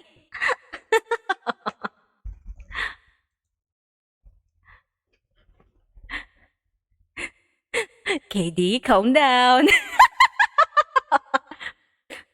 Mina, you're being called daddy. Oh god. What timeline is this? Let's go back to Mina's profile. So just okay. Mino's design was made by Alonsina, and his actual model, this one, is drawn by the same person who made me. So we are VTuber brothers and sisters. It's made by Brooke Reaper. Brooke Reaper. Well, you can click the link on his and my profile if you are ever in need for like VTuber models art. She makes amazing VTuber models. Actually, I am the first child of Zai, Brooke Reaper, and Mino is the second child. So I'm his ate, both in the Balangay and in our VTuber Moms roster. Isn't that cute? What else? Let me see. These are all retweets. Oh! Wave High liked his tweet. Do you know Wave High? I have no idea who they are until Mino just played their music on his stream, and I'm like, is that allowed? Is that allowed? Okay, let's see what. Of course, he's been retweeting Halia as the #1 Halia stan. He should. What else is here? Oh, look at his art though. Okay, his art is of me and Booby, but look at the difference. Like, hold on, can we show it here? Okay, this was 2 years ago. Okay, he was doing okay, but now he's doing amazing. Look at how he rendered the snake. That's Booby. That's his full size. And me. And fun fact, this is what he sees when he comes home. There's me angrily staring at him and Booby at the back whispering what he has done for the day. Like, Mino, saan mo nilagay ang Tupperware? Okay, what else? I'm just like strolling through his Twitter timeline because I don't know. He stream snipes me on his streams as well, so I will. I don't know. Twitter snipe, is that a thing? I don't know what it's called. Okay. The tender juicy ad. Okay, for the record, this is not an official ad. This is just they're just memeing. He's not officially the, I don't know, mascot of tender juicy hot dogs. Not yet. Not yet. One day, Maggie and I will bully Pure Foods to make Mino their mascot. Okay, it's just him simping on a VTuber regular day. And oh, this another art of the Balangay girls, some of us. So you have me without my horns, weird. But also Halia is here without her wings. We have Isa and we have Alonsina. Some of you have been asking me who Alonsina is. This is Alonsina. You'll figure it out very, very soon. I'm not going to explain it. What else is here? Oh, he's making memes of me and the boys. How dare! Look at how he drew me! The slander! Oh wait, it's not showing up. I'll just keep it at that small. Oh, hello, Valparia! thank you for the raid. I didn't notice. I was busy slandering my brother from another mother. Let me just go back to my just chatting stream. Hello, hello, hello. Welcome, welcome, welcome to the stream. Hi, hi, hi. And let me just introduce myself before I forget. I am the hottie with the horns, your internet mom without a firstborn. I'm your moon eating, fortune telling, and soon to debut moon eating dragon from the West Philippine Sea. My name is Bibi, but you can call me Mommy. And right now we're supposed to be reading a history book. However, oh, we're not yet done. We're just on a break. We just had too much fun. That's why. We're on a break because I had to post Isai's promotional material. I am coming clean as the person who is mostly manning the Balangay Live Twitter. So if ever you comment something sussy there or you QRT us, I will definitely see it. I'm always watching. Okay. Thank you for the. Oh, wait, there are redeems. Sarah, you really like this redeem, huh? And hydrate. Let me just get my water.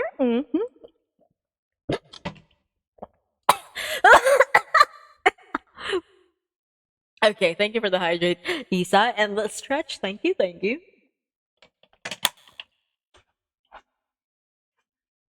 Oh, I'm going to go back to the topic as soon as I finish pulling a card for Mino.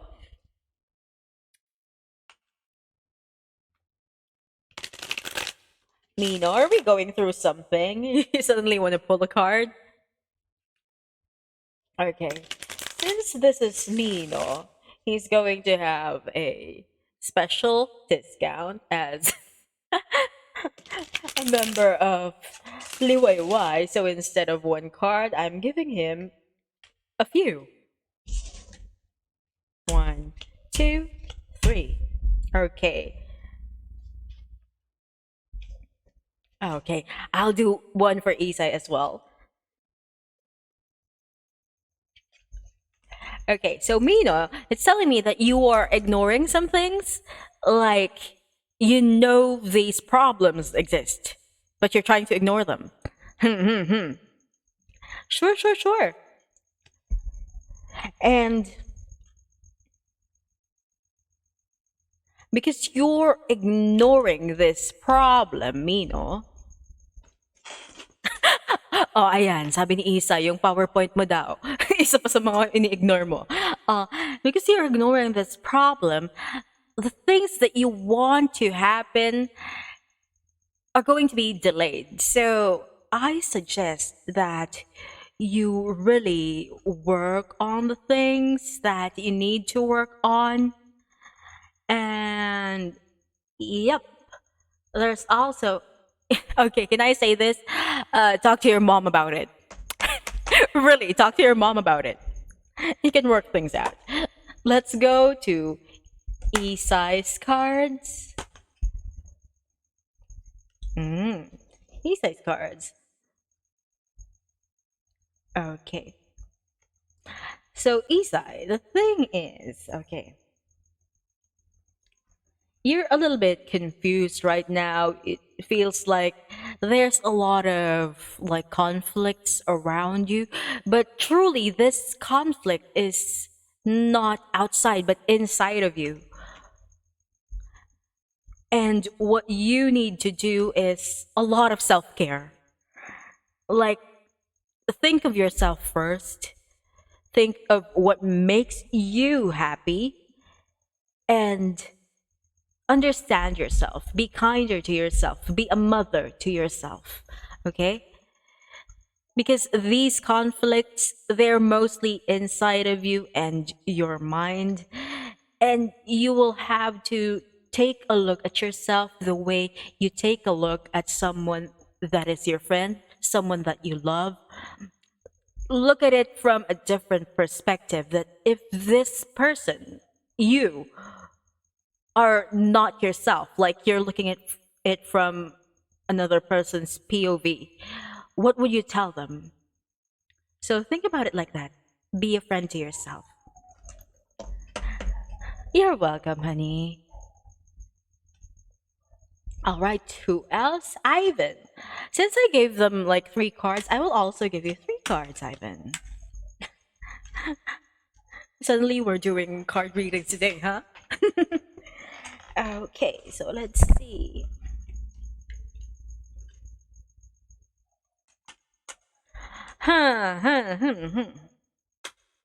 All right, so Ivan, it appears to me that there are things that you also are working on right now, but you're not quite doing. It's not that you're not doing your best. Like, this is not your optimum performance. Okay, you could do a lot better.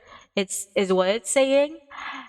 And the thing is, there are things that you need to decide on, but you're a little distracted about the things around you. Okay, so there's a lot of distractions.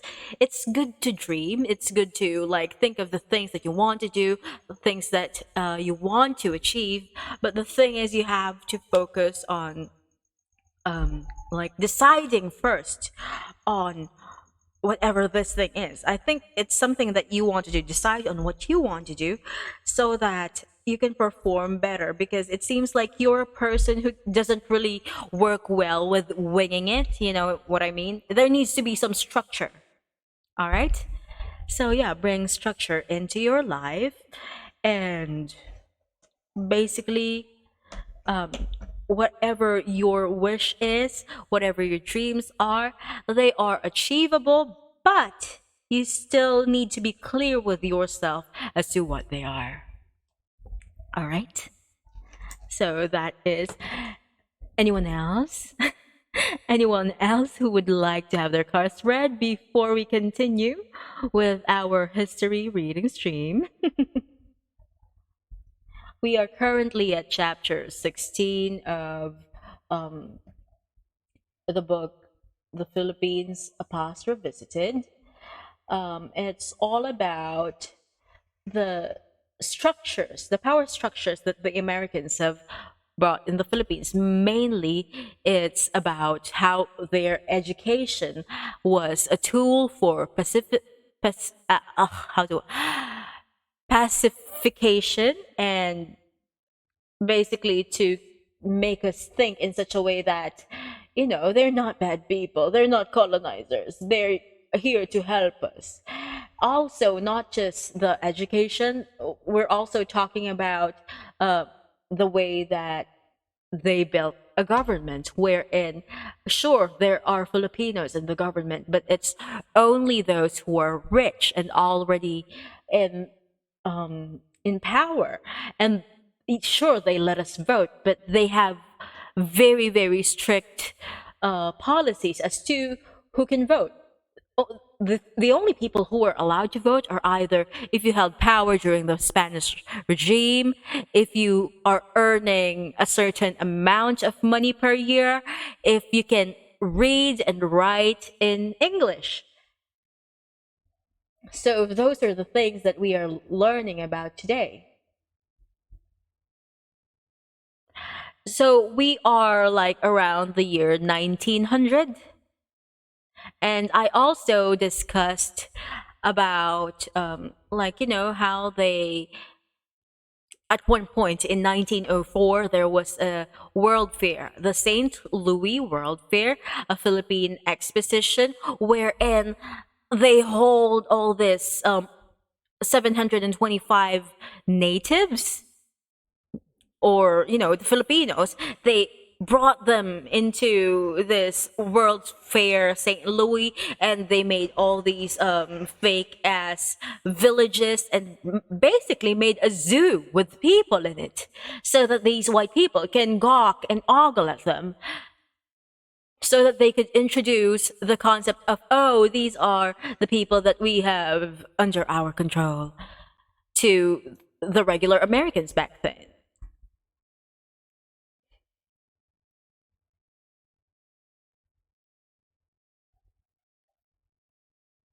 Okay, now let's continue. Hold on, where is it? I'm very.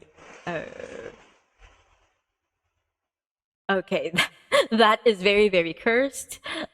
Let me just remove the Chrome. Okay, there we are. I think we are past this one. Debating Club, Progress of Philippinization.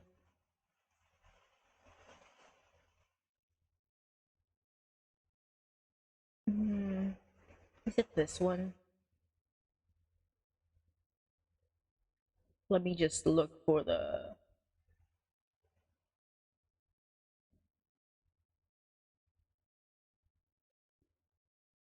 I think we're somewhere around here, right?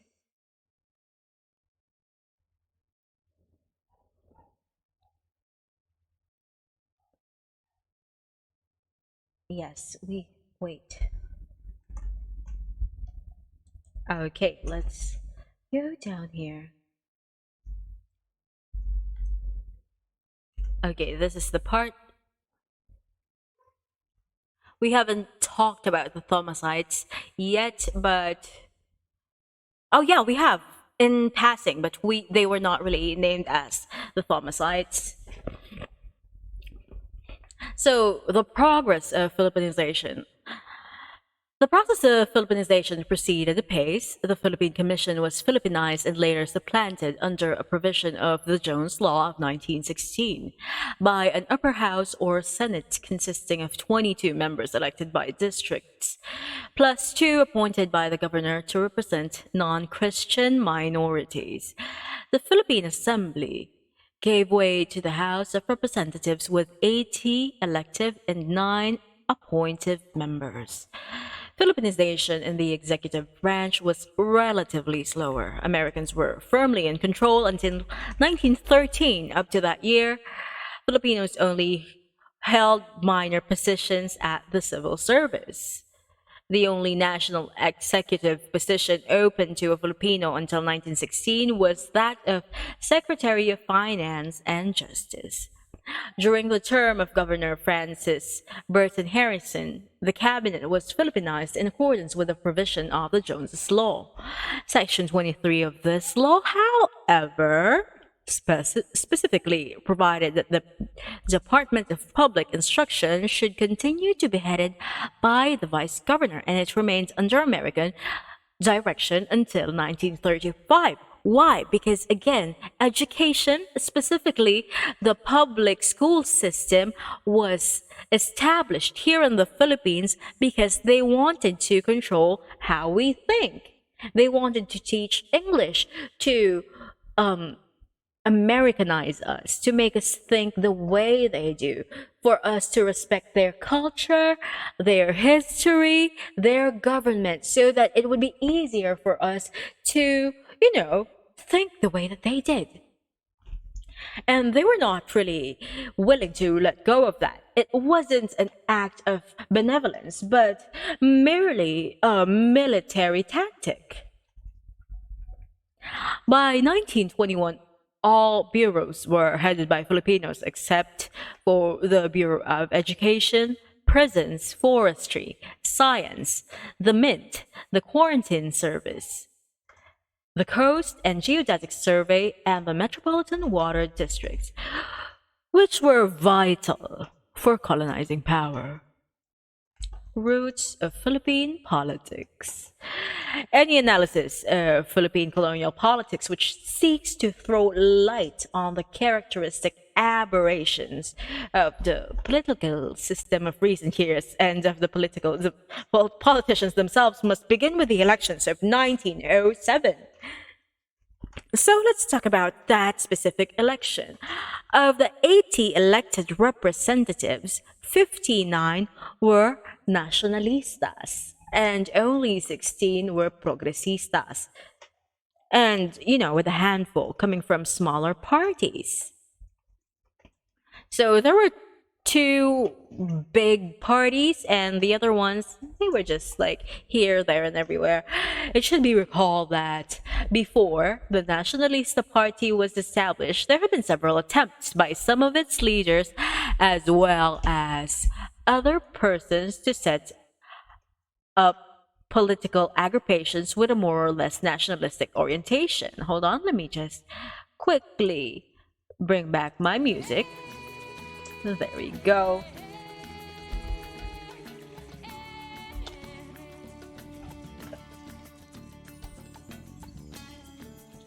The merest mention of even an aspiration for independence quickly brought a refusal of recognition from then Governor General Taft, unless the organizers dropped all mention of the word independence. On the other hand, Taft and his government gave enthusiastic approval of every support to the Federal Party, which advocated close collaboration with the Americans and incorporation of the country into the American Union. So, to make them feel like they're part of America, even if in reality, we were just a colony. Despite this assistance from the Americans, or as it turned out, precisely because of this close relationship, the Federalistas were unpopular with the people. With a ban of pro-independence parties was lifted in 1906, and the Nacionalista Party was allowed to exist with a platform calling for immediate independence, the Federalistas reorganized themselves as the Partido Nacional Progresista, with a platform calling for eventual independence after the Filipinos had demonstrated their capacity of self-government. Again, bringing us back to this, talking as if, independence was not a right that we had intrinsically, that we should earn it from them, that we have to gain their approval for some goddamn reason. Despite these opportunistic attempts to adjust their platform to the public temper, the Federalists turned progressives were trounced in the elections of 1907. This defeat is rendered more significant by the fact that the Americans had virtually limited the electorate to the Filipinos of the better class. I want to emphasize the word better. Like, they're talking as if money makes you better, thus excluding the real backbone of the struggle for freedom, which is the masses. I would like to remind everyone that during the time they were struggling against the Spaniards, it was these quote-unquote better class, the ilustrados, who have their tails between their legs. The masses wanted freedom, no matter what it took. They are the real backbone of the struggle for freedom, and they still persisted even if the Supremo died, even if that goddamn fool Emilio Aguinaldo was exiled or ran away like the little coward that he is. Still, even this limited electorate supported the Nacionalista Party's platform for immediate independence. Caught in the middle. These, then, were the basic factors that were to determine the peculiar characteristics of Philippine colonial politics.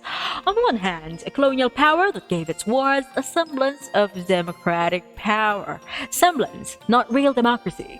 Because if it were real democracy, then they wouldn't be gatekeeping it. Oh, is this one for Sarah? Sarah, you're a good boy.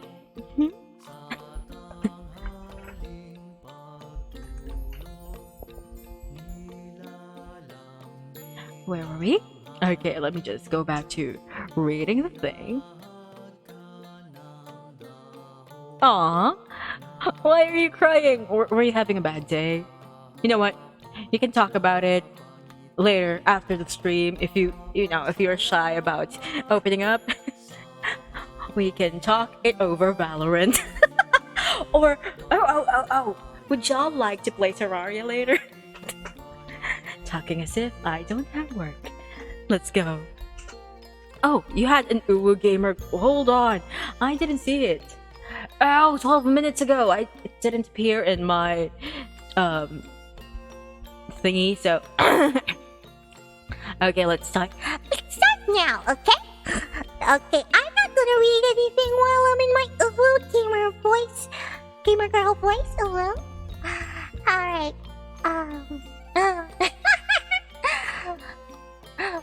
Why do you want this, Katie? Everyone hates this, especially me now. I don't think I hate it enough to remove it from my routines, but no.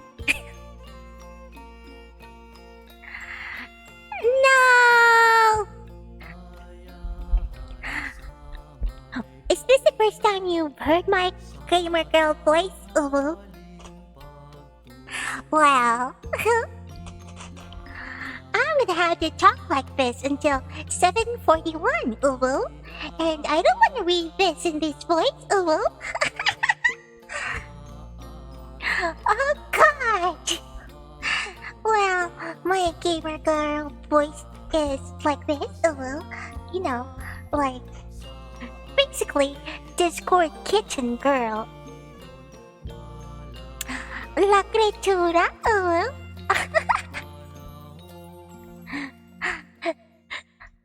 I don't know what La criatura is. Is that a routine for Aya?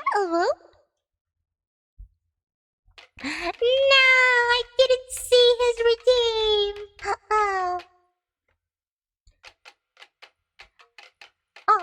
Fun. I don't know what to do while I'm doing this voice, let me just... I know now. Hold on. If you're in my tea house, you would see that there is, a books and resources thread, I'm going to make an invite and copy it, I'm going to put it here, and yeah, this will bring you to Discord and show you the... what do we call this? The books and resources channel. Okay, so in the books and resources channel, that's where I put my stuff that I can't really discuss everything all at once here because there's too much. So I'm going to just put them in my Discord so that you can download them, you can watch them. Among the things that I have there are the what do you call this? The books that I read for the martial law declaration.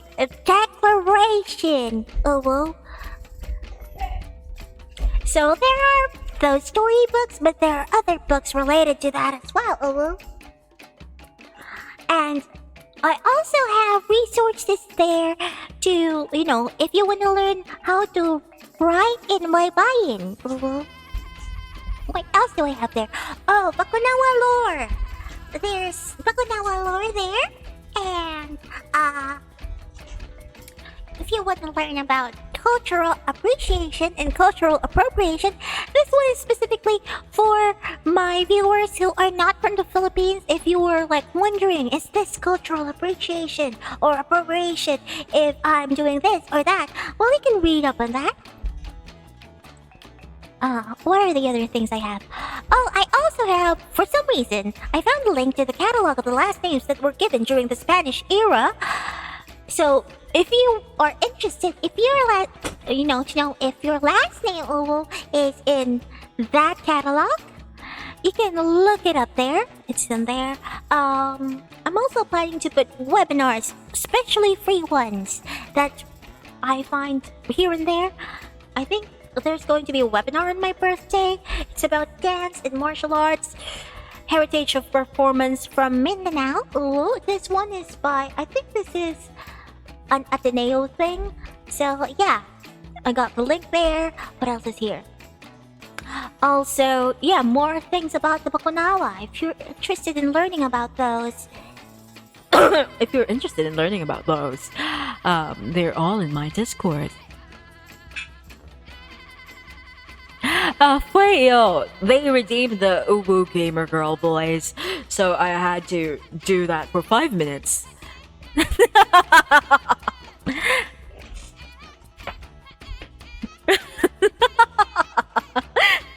It's fine, it's fine, it's fine.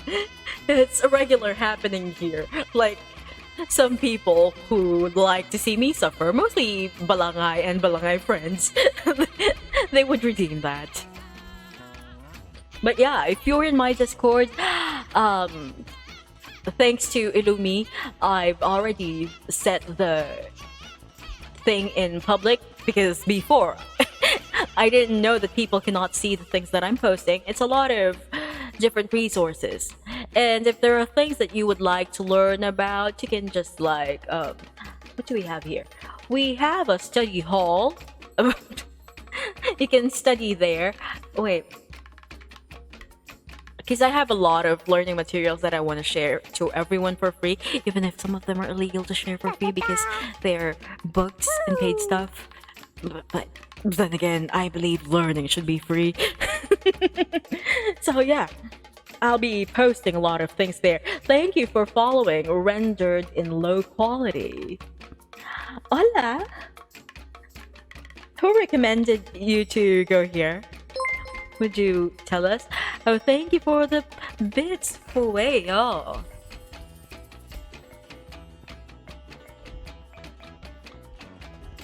Anyway, enough with the gamer girl voice. Now that I'm back to my actual voice. Oh, the algorithm. Good. Thank you for the algorithm. Now that you're here, we are doing a book reading, and we're currently at chapter 16 of the book The Philippines, a Past Revisited by Renato Constantino. Let's start reading again. Caught in the Middle. These then were the basic factors that were to determine the peculiar characteristics of Philippine colonial politics. On one hand, a colonial power that gave its ward a semblance of democratic power but kept for itself the substance of that power, and on the other, a people still resolute in their desire for independence. Although growing numbers were accepting the idea that it would come as a grant from the United States.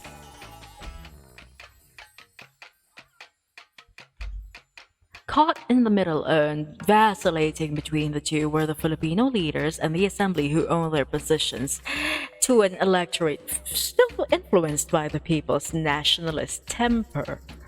With their powers and prerogatives to the colonizer, their own nationalist aspirations would gradually be eroded.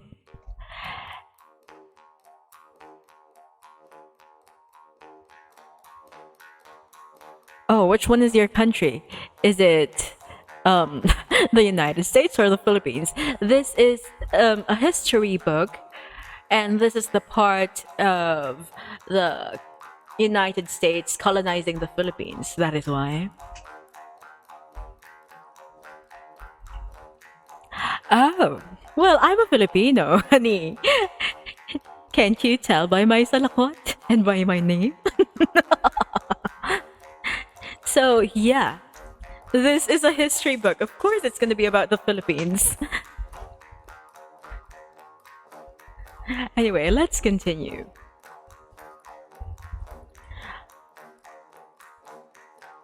So, the nationalists' aspirations of these people were eroded, and they would acquire the habit of resolving the contradictions between their two masters by deluding one with oratorical platitudes, while entering into compromises with the other for personal advantage. And when we're talking about masters, it is the United States and their own countrymen, which they should be serving. And basically, they would just always compromise with the colonizers. A new set of leaders was now emerging, still predominantly of the same social stratum as the old Ilustrados, but with a scattering of middle-class elements. These new leaders were now working within a new colonial framework. In the beginning, many were still imbued with the nationalism of the people, and they may have sincerely thought that the struggle for independence had to be waged within the limits allowed by American colonialism, and that the tactics they were employing were the correct ones for the colony. Some of them would achieve a measure of success in widening the frontiers of the struggle within the limitations of colonialism. On the other hand, their claim that the only way to attain freedom was to work for it within the colonial context was also part, if not wholly, so. A rationalization born of their own career expectations and the need for property classes to safeguard their holdings.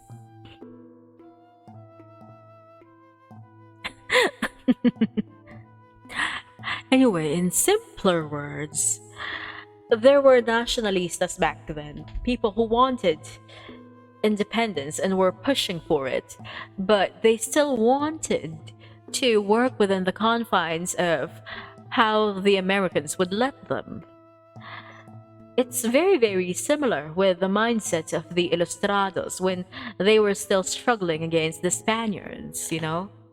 Like, they wanted to be a province of Spain. They couldn't envision a world wherein they're truly free. Here, they could envision it, but they still had the mindset of working with the colonizer.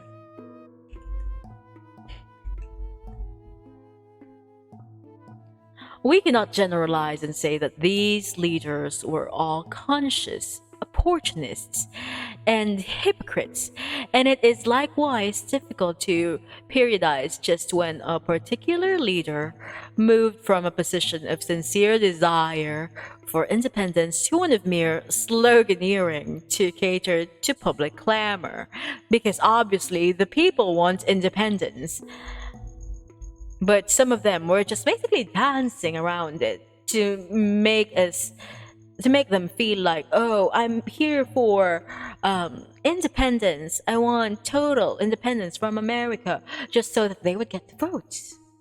Just like, today, where they promise a lot of things to us, but those are just promises. Where were we? Neither can we discount, especially in the products of American education, the effects of a carefully nurtured colonial mentality which could make them sincerely equate Philippine interests with American interests.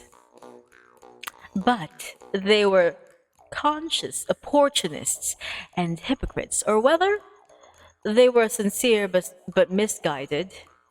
The fact is that their accommodation within the colonial framework and their efforts to make the Filipino people adjust to and accept their colonial status contributed to the erosion of nationalist attitudes and was therefore a disservice.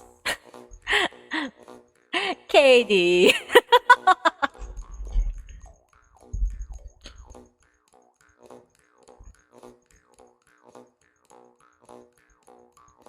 The proven voting appeal of the slogan of independence ensured that all ambitious politicians would automatically stand for immediate independence and vociferously demand that it was every public opportunity, whatever might be their private views. Thus, assembly sessions often resounded with speeches and resolutions asking for immediate independence. Other aspects of the relations between American administrators and the Filipino leaders had their own effects on the developing nature of colonial politics. During the early years, when an American majority still controlled the Philippine Commission, this body insisted on having the last say on legislation. As a consequence, the Filipino Assemblymen developed what Joseph Ralston Hayden described as a feeling of responsibility for the actual process of legislation. This state of affairs had two effects. First, the assembly became a debating society where pro-independence rhetoric was the basis of recognition and future re-election. And second, then the speaker, Serios Mena of Cebu, took almost sole charge of dealing with the American Governor General regarding the bills that should be passed. This gave too much importance to one man and too little responsibility to the others. Furthermore, because the decision as to what bills were to be enacted was privately arrived at in negotiations between the governor and the speaker, it was that much easier to strike a bargain whereby the Americans got the laws they wanted in exchange for patronage and other privileges for the Nacionalistas to help the latter stay in power. Does this sound very, very still trapos of today? Like, things hadn't changed really. Imperatives of party life. And when we say party life, it's not the party that the president is doing, to party here and there and everywhere, but political parties. Since the Filipino politicians did not really run the government, since practically all were from the elite class, and finally, since electoral survival required that everyone demand independence, the parties that contended for control of the assembly had no real ideological differences because they were all playing the same tune, because the same thing was going to get them back in power. Affiliation was based on affinities of blood, friendship, and regionalism, as well as on personal expedience. Under these circumstances, patronage was vital to the retention of political following, a fact which induced party leaders time and time again to barter the country's long-range interest for short-term bonuses for the party in power. Besides the demands for independence on which everyone was agreed, actual electoral issues had little to do with the party programs, and elections were decided on the basis of personalities and the strength of their family alliances. As you know, family business, politics. Even today, it's a family business. The lack of ideological identity made turncoatism, party splits, and coalitions early phenomena which even then embarrassed no one. Because everyone was doing it. Everyone was embarrassing as fuck. The politicians took care of their individual and class interests when they should be taking care of, undoubtedly, the interests of the Filipino people. For example, on the first day of session, the Assemblymen of 1907 voted themselves an increase in per diem allowances. Because, they need their money. The first legislature also passed a bill proposing a 5-year tax exemption for uncultivated land outside Manila, as well as other measures intended to favor landowners. Who are the landowners? These assemblymen themselves, their family members. They were making laws for themselves. And today, the politicians that we have are not excused from this. Recently, some actors, clowns turned politicians were trying to convince people to let's make a law that would, limit the Korean novelas because people are not paying attention to local work. I mean, granted, I really really do support people consuming media and products made here in the Philippines. But as Chito Miranda said, God bless his heart, uh, if you were wondering, Chito Miranda is one of the few, well, they're not few, I've kissed a lot of men, but I kissed Chito Miranda once in a concert. Like, I asked for a kiss. I was a freshman in college. I did not regret. As he had said, that supporting local doesn't mean that we have to, ban foreign things. What we should do is to elevate our local products, our local films, our local music. Because, banning art, banning anything that is like for entertainment, that sounds very, very dictatorial. That will do us no good at all. But who are making these laws? Who are proposing them? Of course, clowns. Fucking clowns. Ex-actors who are now in politics because they're way past their prime and they think that politics is nothing but a popularity game or whatever. And like I said, like clowns, expect a circus. So yeah, it's not any different from today. Back then, they were also making laws to benefit themselves. The survivals of these early characteristics in Philippine politics of recent times are too obvious to require further comment.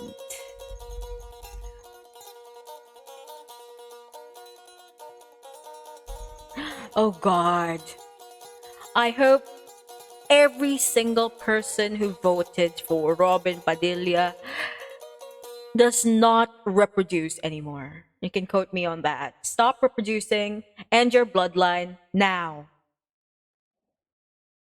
Let me drink.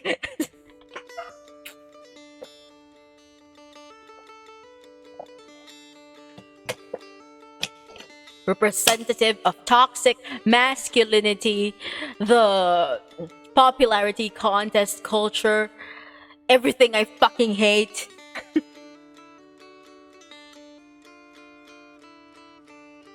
Robin Padilla can, I don't know, he can suck a dick. I hate him. Hi, you can clip me. You can send it to Robin Padilla. Hi, I'm directly talking to you, you fucking clown.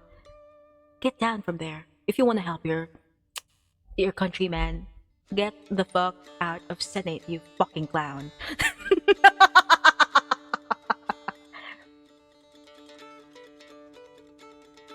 Anyway, let me just continue. Dichotomy of public and private views. You can feel the anger from there. Good. I mean, I can't directly address Andres Bonifacio anymore, but I can address this fucking clown. Tito Chill.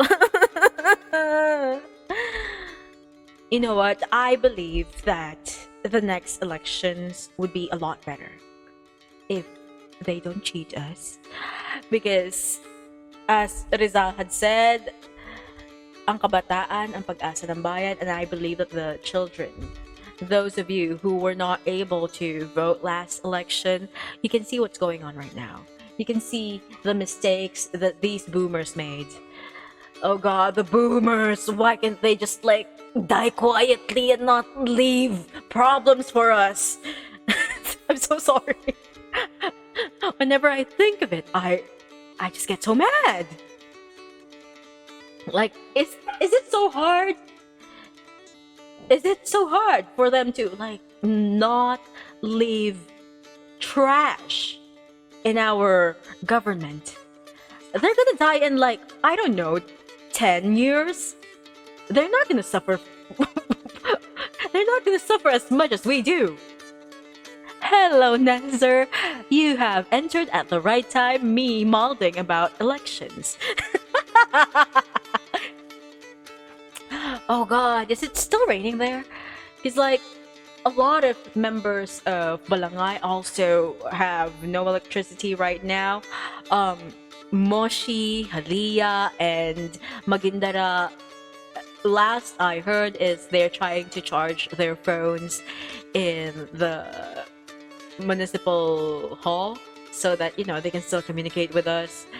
But yeah, Moshi has been, like, out of the grid since last night. I hope things are getting better there for you. And yeah, everyone, please stay safe. If there are alerts in your phone, I forgot the what do you call this? Let me look for the acronym. NDZ, what's that? NDRRMC.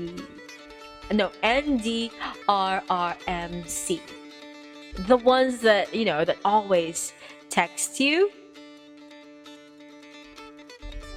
You know, keep looking at your phones at times like this so that you would know if ever, you know, heavens forbid that you need to evacuate. Please always be on the lookout.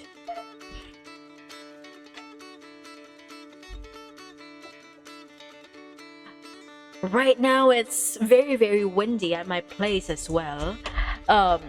Not as horrible as last night though. Earlier they were asking if someone was like washing dishes. I'm like, honey, no, that's the rain. It's been raining hard since last night. Katie. Anyway, I hope you're all safe, okay? Always be ready. Like, if you are in a place that usually requires to evacuate, have a go bag.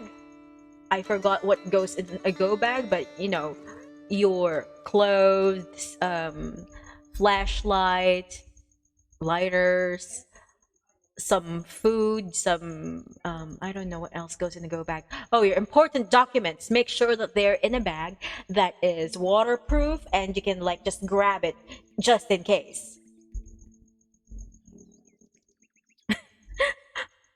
What do you mean? Pati ba naman si NDRRMC? May iba na?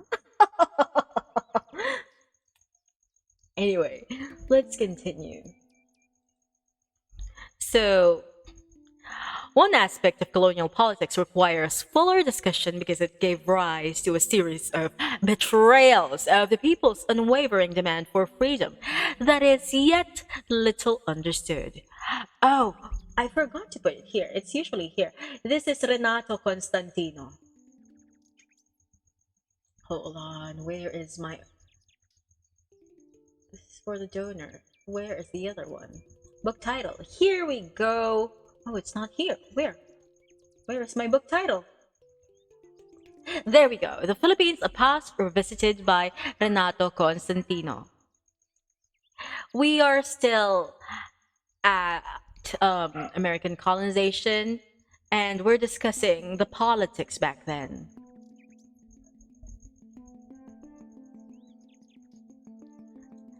I chose this book specifically because it gives us perspective of how whitewashed our history was, not just in the American but also in the Spanish era, because we were taught that, you know, Spain went here for 3 G's: God, gold, and glory. And they were like, oh, they brought Catholicism for us, especially for those of you who were from Catholic schools, just like me. That's how they taught history. Like, oh, the Spanish maybe abused us, but at least they gave us God. Fucking hilarious. Anyway, I like this book because it discusses, you know, how we as a people were like. I mostly believe in a tripartite view of Philippine history. I think I discussed this in like the beginning of the series, because traditionally, in our, what do you call this, in our history classes, we are presented a bipartite view of history, wherein we start with the colonization, wherein Magellan discovered us and made blah blah blah blah blah blah, and that's where we start learning about us. So we have no idea of who we are before these colonizers came to us. So that's the bipartite view, wherein there is darkness, and then after we were emancipated by the lovely, lovely Americans, that is the light. And that is very, very distorted, a very, very whitewashed view of what really happened. So in a tripartite view, there was light and then darkness and light again. Light, wherein we had our own culture. We had people here on these lands. We had systems. We had people who were in little societies working with each other. There were chieftains and other quote-unquote tribes. I don't really know what to call them anymore, because apparently tribe is not a good word to use, but I don't know what else to use. But yeah, we had little societies back then. We were growing. And then these colonizers basically kicked us in the kneecaps as little toddlers. That's what happened. A more advanced society took advantage of a developing one. Oh, thank you for the hydrate redeem. Thank you, pizza. And net dessert. That is the raw redeem. I don't know why I put that there, but I'm gonna be doing that from now on. Yeah.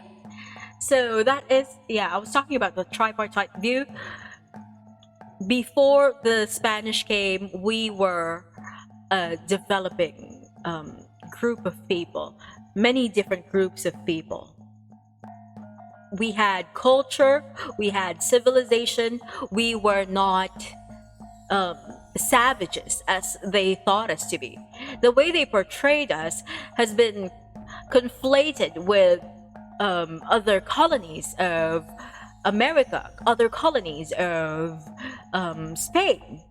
So it was not a very, very good measure or a mirror of who we truly were. So yeah, that's why I chose this, because we discussed how the Philippines was like before they came, wherein our society was more equal. We had leaders, but those leaders, they were not really like, you know, kings or queens. They were not really presidents or whatever. They were respected in their society because they did something for them, whether that be protecting them from, like, in a war, or fighting for them, or like discovering something. So if you were well respected in that society, that little group of people, you were esteemed. And back then, we didn't really have slavery as we view right now. We thought that, oh, we had slaves back then. No. They were not slaves. They were indentured because of debt. They're serving this person, their quote-unquote master. So the term oripon or alipin, what are the other terms? Yeah, those terms that we think meant slaves, they're not really slaves. They were indentured people. They had debts that they were able to pay if they wanted to, but some of them didn't want to. The status of the quote-unquote slaves here in the Philippines was very different from how they are in America, working in the cotton fields, being lashed. No, it was not like that. Mire, timawa. The term timawa is something I really want to, like, clarify whenever I can, because timawa is the basically the Visayan term for the, what do you call this? What's in Tagalog?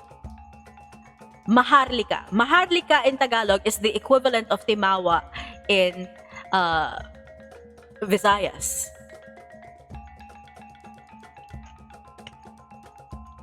Yeah, sa gigilid, namamahay. Yes, that's a different class.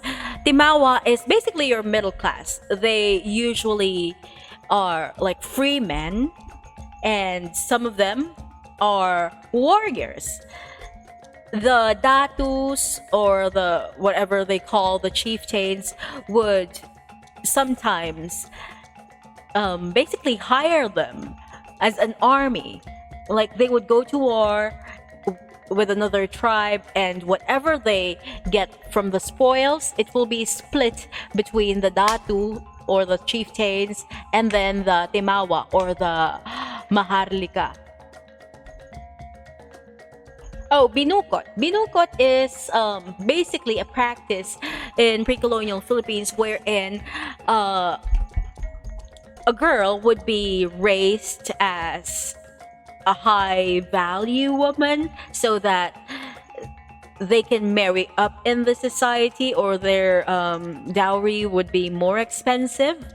So they're very, very fair. They're not allowed to go out. They're not allowed to walk. People would carry them around. So when there was a fire, they were very vulnerable because they can't really walk because they're not allowed to. But what they're really good at is chanting. They were bearers of culture. The stories of the myths, the legends, they were passed down to them because that's all they do. They learn singing and all these stories. Yes, they were treated like princesses. Like they were carried around, treated lavishly because they were supposed to be married to higher upper class men.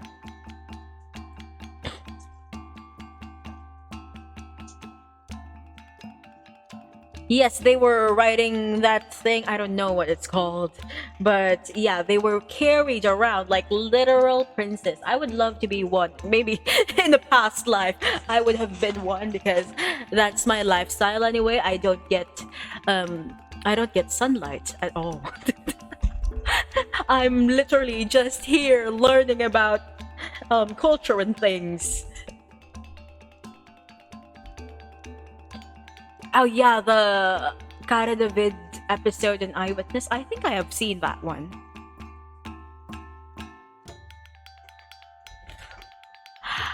Sarah, I think the Alipin blah blah blah thingy in the tea house, those were decided by my mods. I've been talking to them. I want to overhaul it because we are a tea house.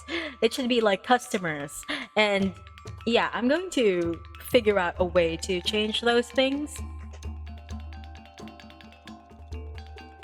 Oh god, I haven't heard of that. That's horrible.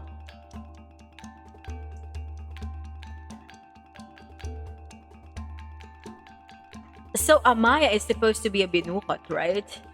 Like that would be, I don't know. And that's gonna be weird because like she's so strong. So binukot are supposed to be like really fragile and delicate because they were not allowed to do anything. They are served like princesses. But yeah, it's kind of fucked up that they can't really walk that well because they never really needed to. But as bearers of cultures, I respect that.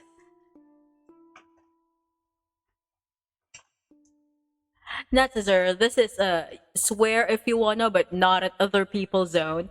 Like I do swear at my streams as well.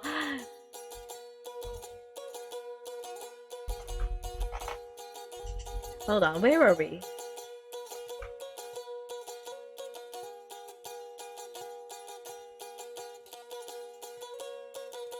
Hold on, where are we?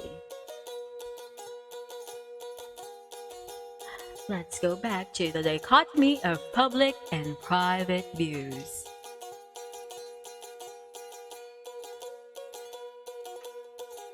The Babaylans. At least this body belonged to a Babaylan before the Bakunawa, took over it. I'll be talking about that soon when I debut. Watch out for it.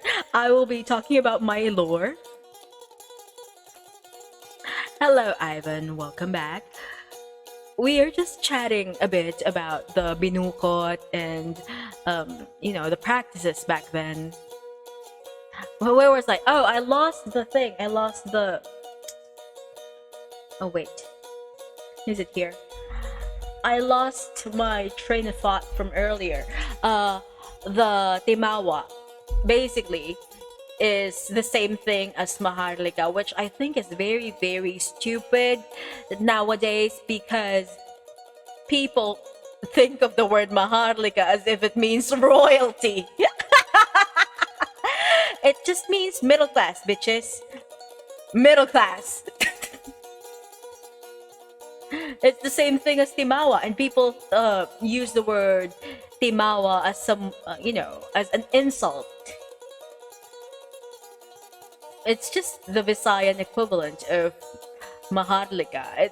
They both mean middle class.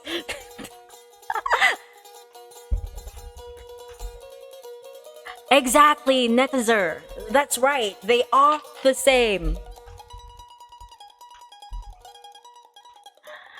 Timawa and Maharlika, exactly the same thing, but Maharlika is Tagalog, Timawa is Visaya. So those people who were like pushing forward the Republic of Maharlika, whatever the fuck they, the DDS people who are also believers of Ophir, the Talanagot, those people who believe in that, come to my house one by one, show up at my door, I will hit you with a fucking history book on the face.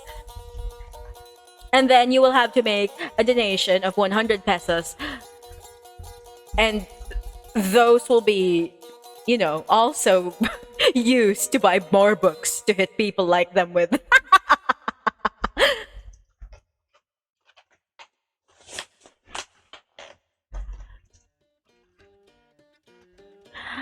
Anyway, yeah. I really get so heated up about the word Timawa and Maharlika because people really think that Maharlika is such like a great word meaning royalty or something. Honey, no. I think the confusion might be because of like the word, what's the word? Ako ay Pilipino. Ako ay Pilipino, may dugong Maharlika. That one? They might have misconstrued it as, royal blood. Because I don't know why. Why they would think of it that way. Oh god, that's why I'm on TikTok. I haven't been uploading stuff on TikTok recently because of, how busy I am with my personal life and my work, and then we have the promotion of Balangay Live. But I will soon get back on TikTok. I will conquer it, and I will stomp on each and every false history peddler on there. I would trample on them. I will eat their liver and steal their moms.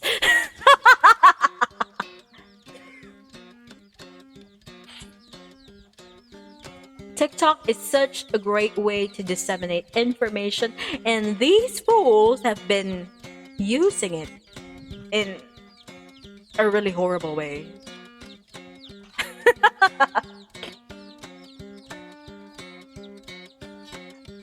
Oh, Mire, this is funny. Your message had been held for race, ethnicity, or religion. Prof. Bibi, pakisaksak po sila. They thought that you were using a slur against Pakistan people, but they didn't have anything to say about the call for violence. Who the fuck is Trisha? Who the fuck is Trisha? You know what? It's not just TikTok. Facebook. Facebook is such a fucking awful place that spreads misinformation, especially those RP accounts. Like, bitch, pick a struggle. Are you gonna be ugly or are you gonna be dumb? Pick one.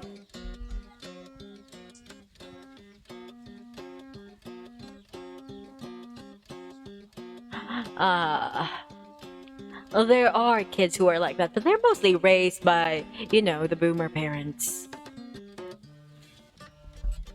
And it's really sad. It's really, really sad.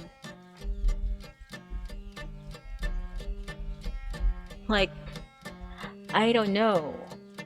Why is Facebook free? Can we make Facebook and TikTok like paid services? Like, just stop selling our information. We will just pay you. It's gonna be good for you because you're earning as a company, and it's gonna be good for us because there's gonna be less people who rely on free Facebook to spread misinformation.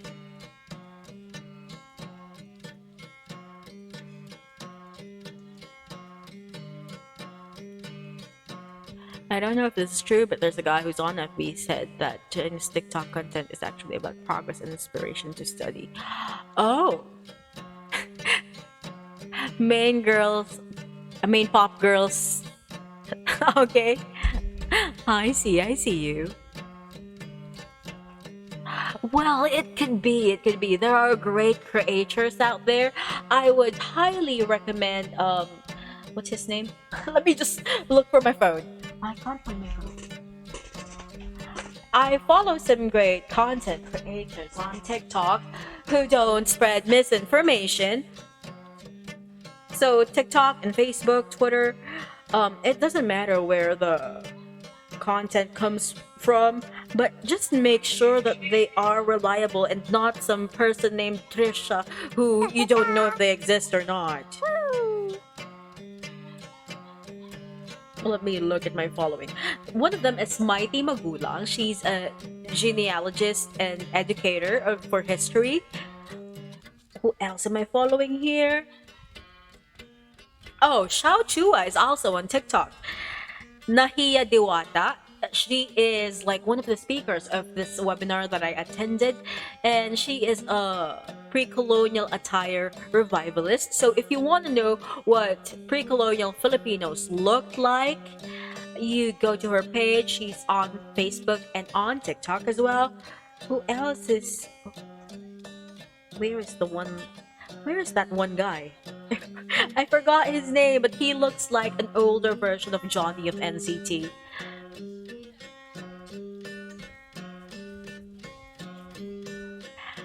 Mire, yes, she's that one. O, diba? Meow meow. I love her.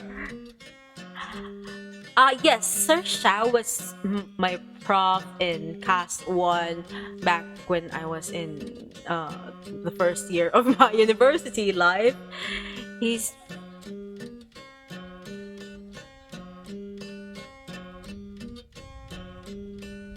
There are great content creators in TikTok.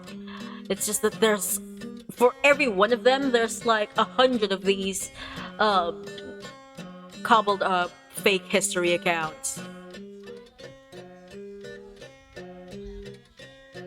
The thing that I'm talking about earlier, the bipartite and tripartite view of history, is something that I learned from him actually, and he's actually the reason why I'm a teacher right now, because prior to his class I never thought that I'd be a teacher, and then his history class happened and I'm like, whoa, I'm changed forever. And it inspired me to become an educator as well. So here I am now, a licensed professional teacher, also a Twitch educator, as an anime girl, which is weird, but it's fun.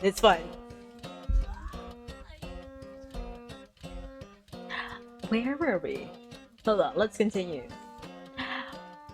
One aspect of colonial politics requires fuller discussions because it gives rise to a series of betrayals, as usual, of the people's unwavering demand for freedom that is yet little understood. This is the disparity between the official and public views of the leaders and their private positions on economic relations with the colonial power as well as on independence. This dichotomy between public stance and private opinion first surfaced clearly on the question of free trade relations. So, what are their public and private stances? In public, when they're talking to the people, they're saying, oh, we're pro-independence, we want full independence, because that's what gets the people to vote for them. Fake promises. But what are their private opinions? Their private opinion is that whatever benefits them as individuals, as landowners, as rich people, business owners, that's what their private opinions are.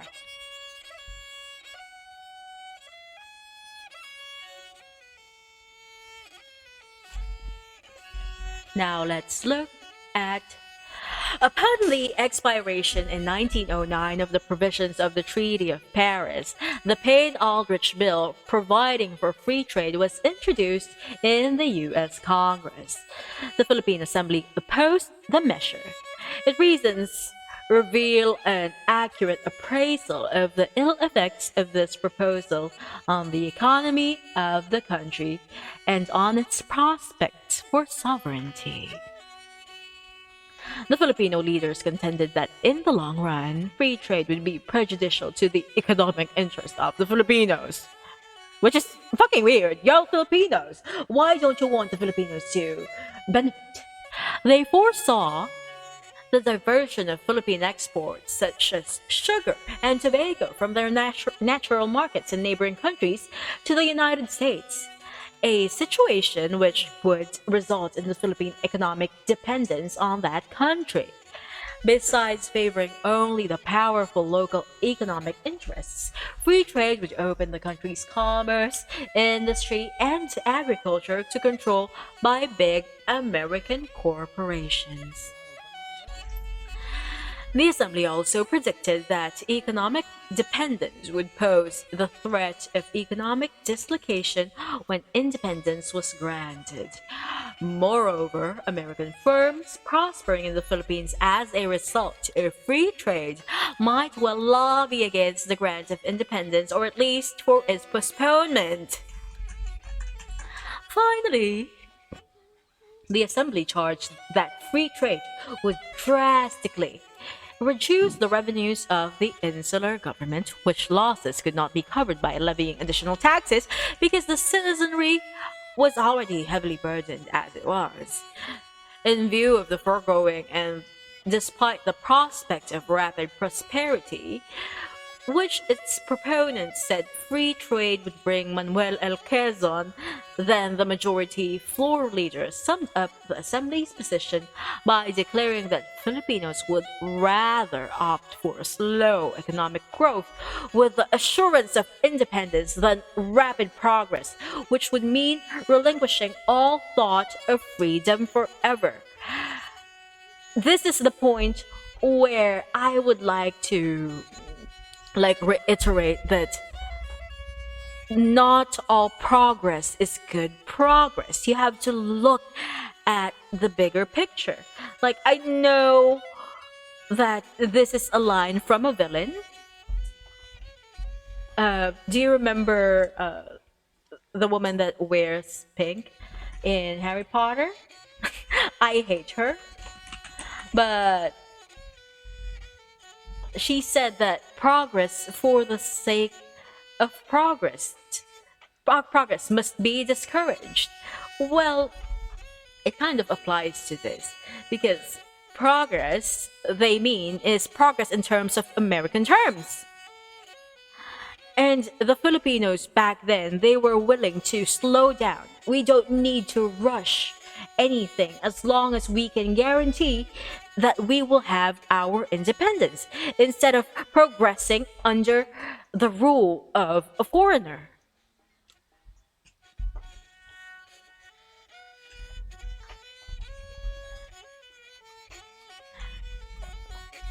Let's go to pro forma opposition.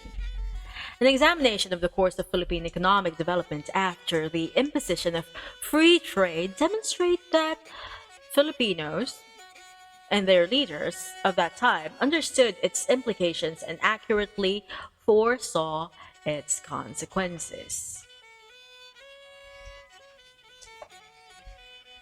Where are we?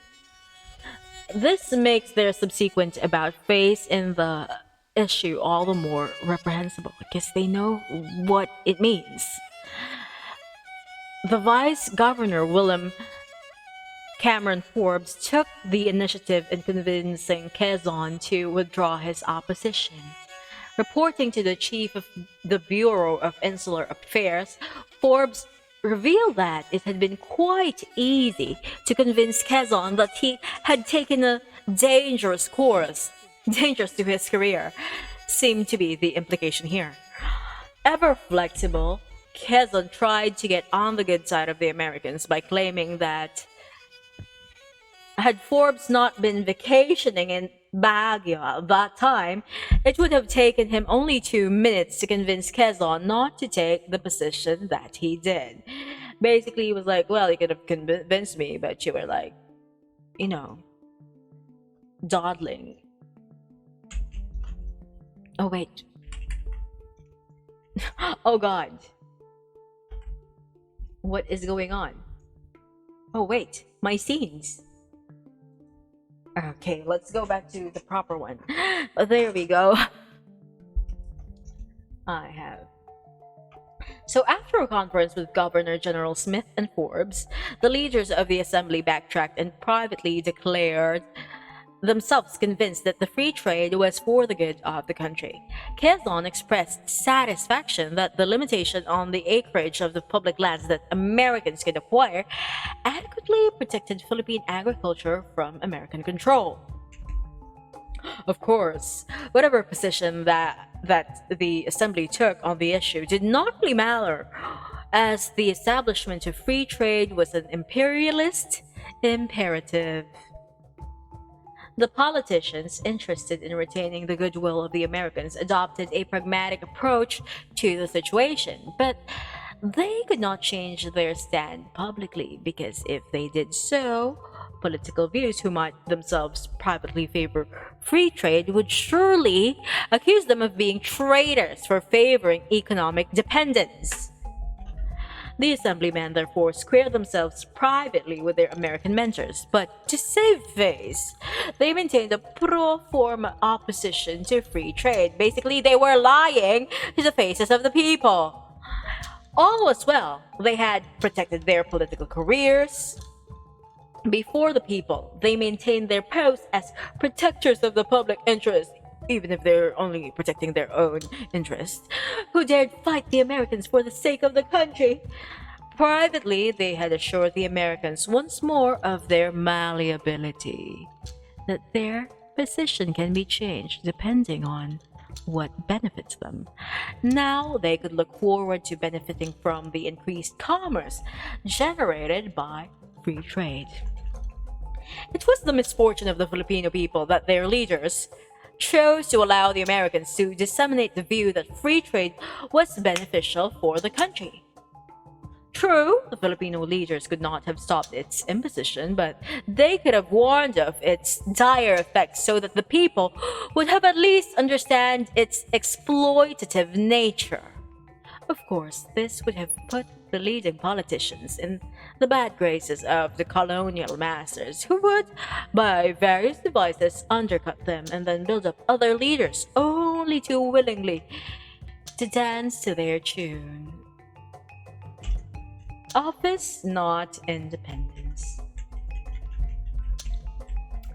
A similar disparity between the public stance of politicians and their private opinion on the question of independence was frequently noted by the Americans. As early as 1907, before the first assembly elections, Forbes revealed that in his private conversation that he had asked some close friends of his in correspondence, in the nationalistic leadership, if they would press for independence should they win the elections. He summed up their reply in these words. So let me just make it clear. These were from the Filipinos, okay? And they practically admitted to me that it was really a catchway for getting votes. They're nationalistas are the ones who are supposed to be like, pushing for independence. That what they wanted was office, not independence. They're just basically masquerading. Governor General Smith, in a letter to Taft dated October 7, 1907, made the following shrewd observation in Philippine politics, which were still valid many years later, up to now. Oh my God, we still have people like this. Most of them are like this. The first and only genuine political parties that have ever lived and had their being in the Philippines since the establishment of civil government are the ins and the outs. The ins are generally conservative, the outs are always radical until they get in. The ins are conservative from conviction, and outs are radical for convenience. But why did this radicalism, this urgent, not to say furious demand for immediate independence before the elections and then the sudden calm after the voters were counted and the office secured? All very simple when it is reminded that the insurrection against Spain come from the bottom and not from the top. When it is remembered that the top are short on numbers and that the top must always depend on the bottom to vote or fight. Thank you for the lyric. Have fun. Secretary of War Jacob Dickinson, official report of his trip to the Philippines in 1910 disclosed substantially the same impression. Dickinson reported having received reliable evidence that many of the important Filipinos Katie, that's a different bottom, honey.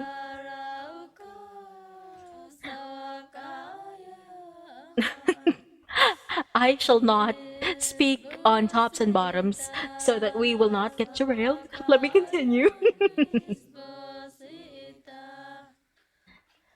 Dickinson reported having received reliable evidence that many of the important Filipinos, while they could not oppose the public demands for immediate independence, would regard such a consummation with consternation.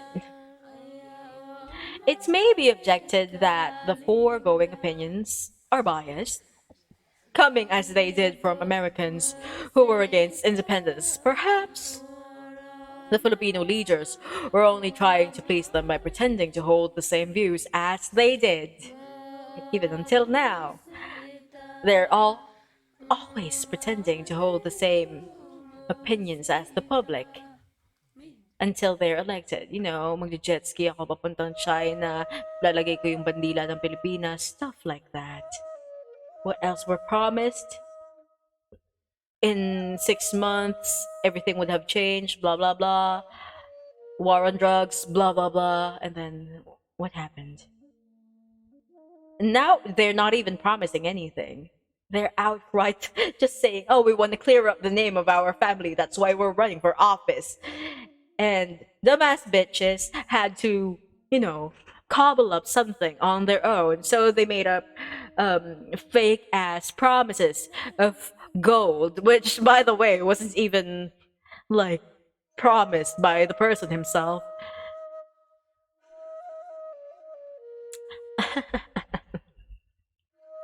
Yes, the 20, you know what? The 20 pesos might be something else. The jeepney rides are 20 pesos now, right? Or they're going there. I'm not really sure because I don't go out.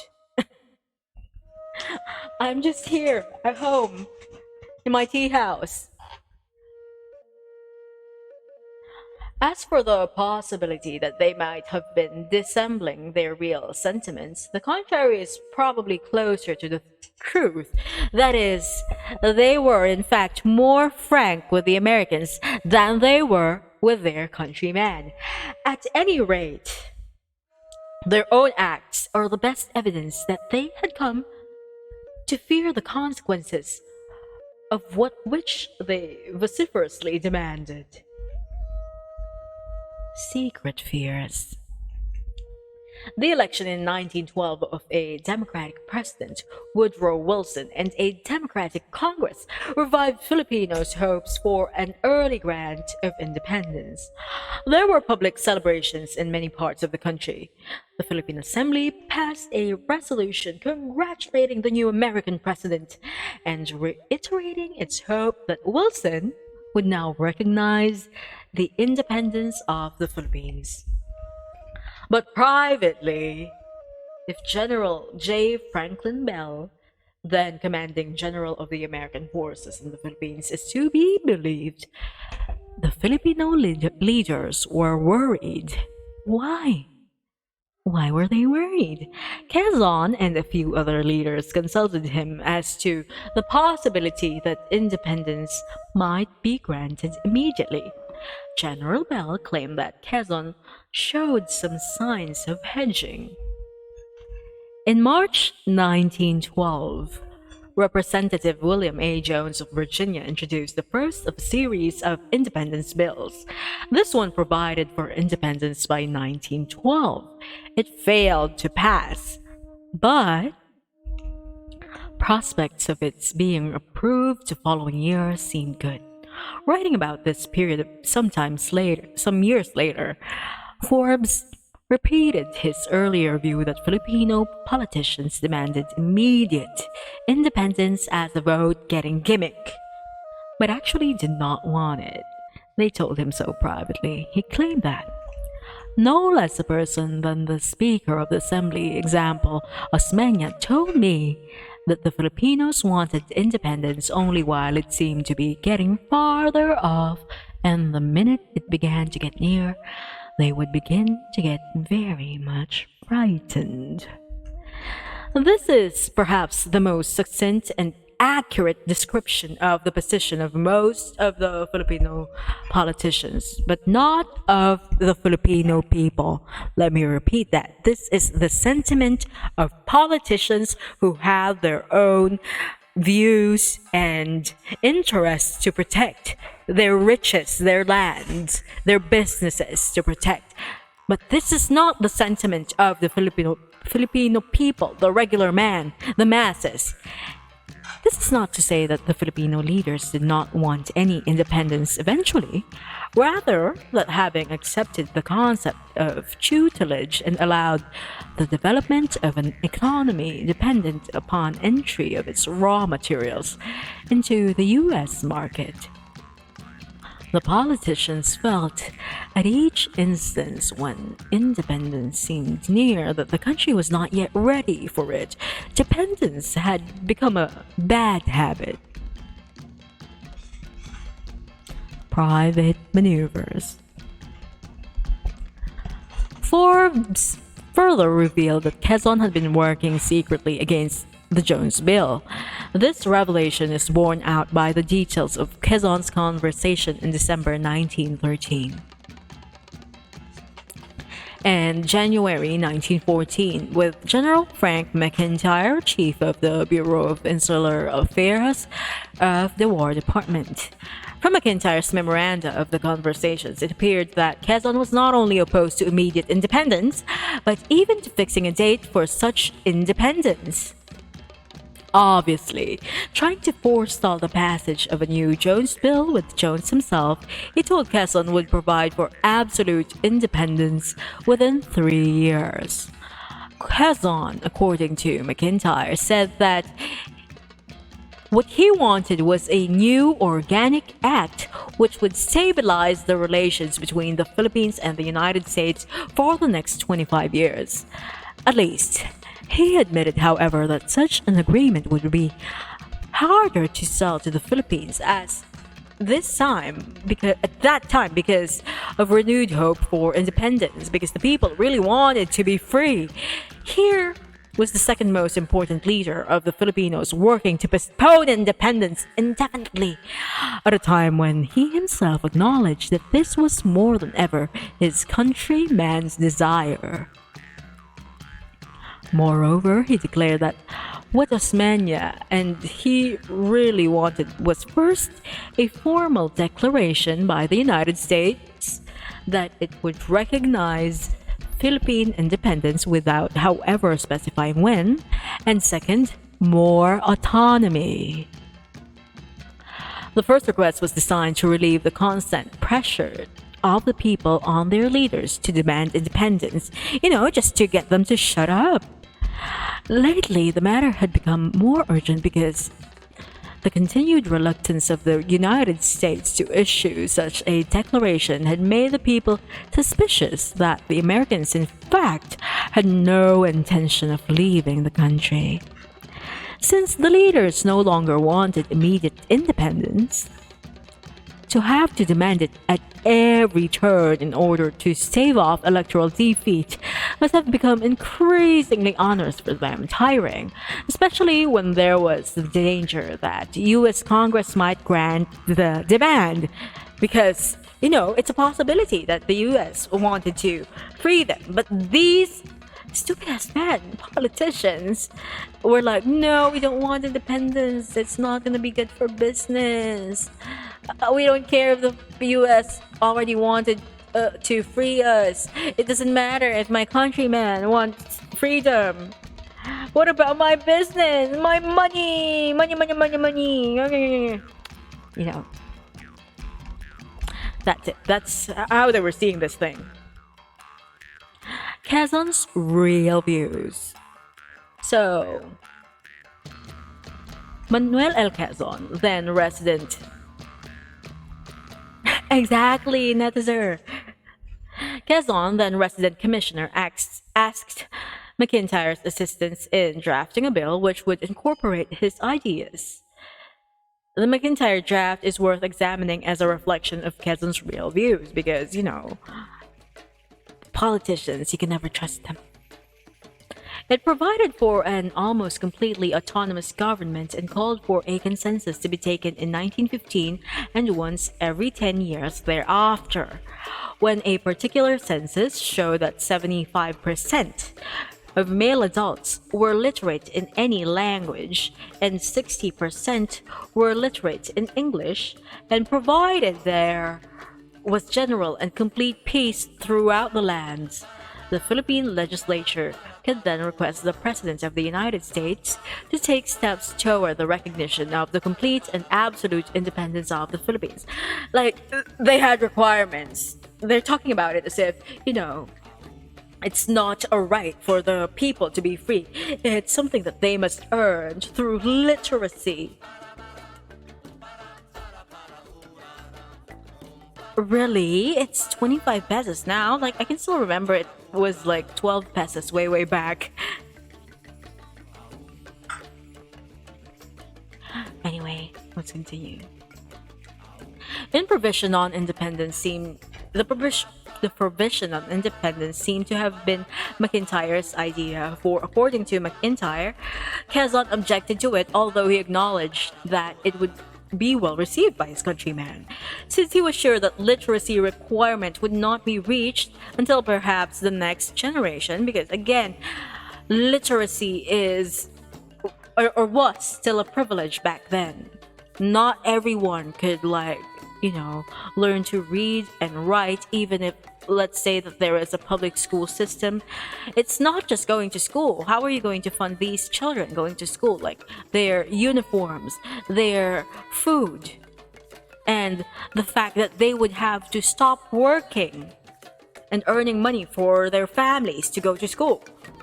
So not everyone was able to go to school. So he was like, yeah, sure, let's do it. I don't think they can do it until the next generation anyway.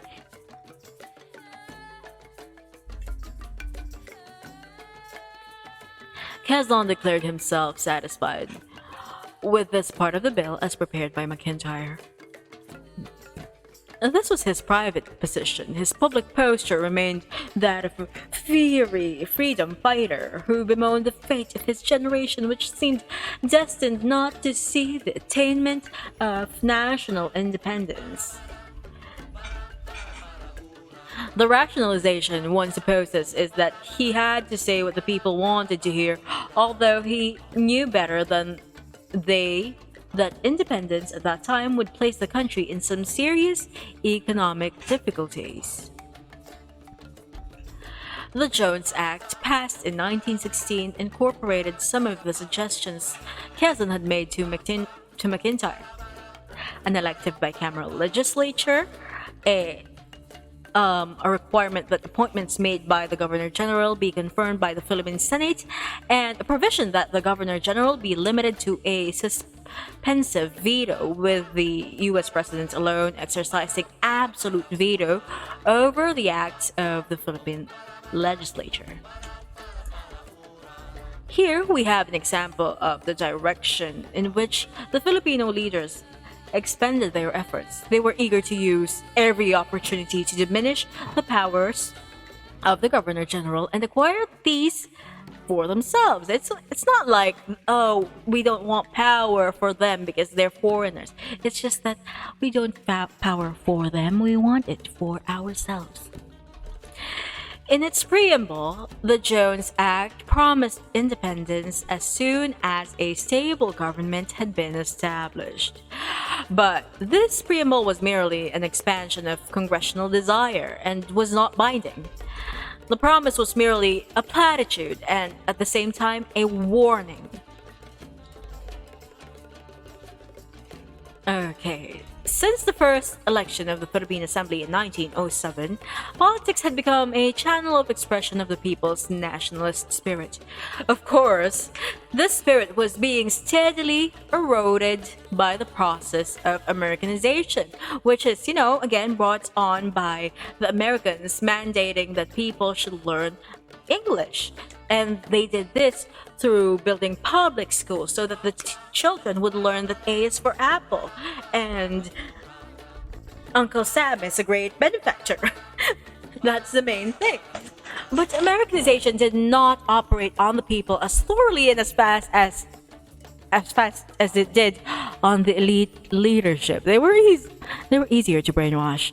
Persevering in their desire for freedom, the people were the force that kept the demand for independence alive.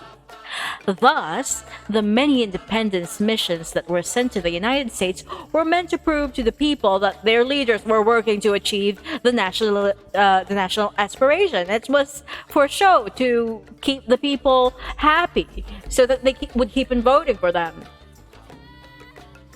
Meanwhile, American education and the elite leadership were inculcating the concept that Filipinos must prove their capacity for self-government before the American government would grant them their independence. Because, the script was that, oh, we fought the Spanish so that we can free you, when in fact they actually bought us. And now, oh, we will now grant you freedom, but only if you earn it, like the generous benefactors that we are. Totally not an imperialist, totally not a colonizer. That was the deal. That's the thing that they are trying to inculcate in the minds of these young Filipinos.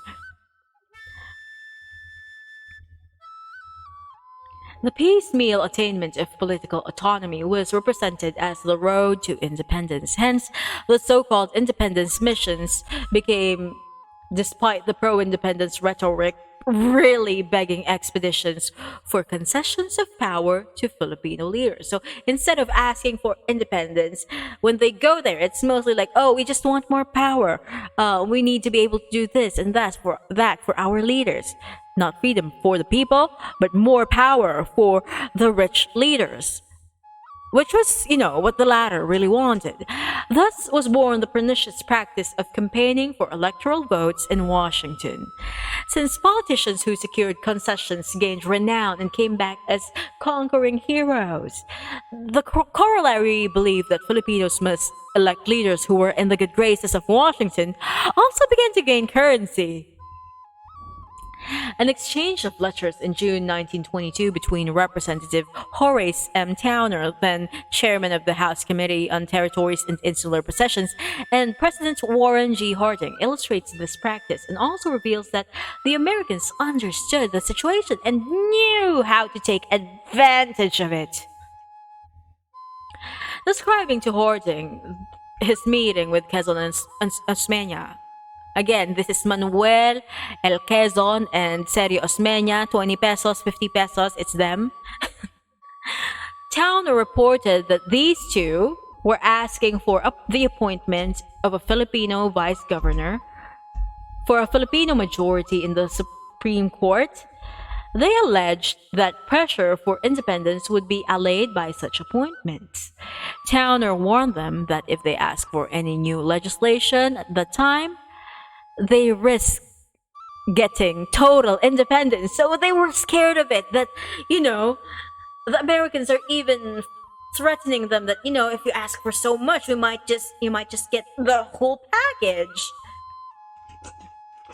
And they didn't want that. They totally didn't want that for, business reasons, monetary reasons, hacienda reasons. It is a sad and shameful irony that an American official could warn an independence mission not to press its demands for more autonomy, lest they want to be given independence instead. You know what? You went there on a mission, tried to get something, and the person who is holding it is like, you're asking for too much. I might just give the entire thing to you. And they don't want the whole thing.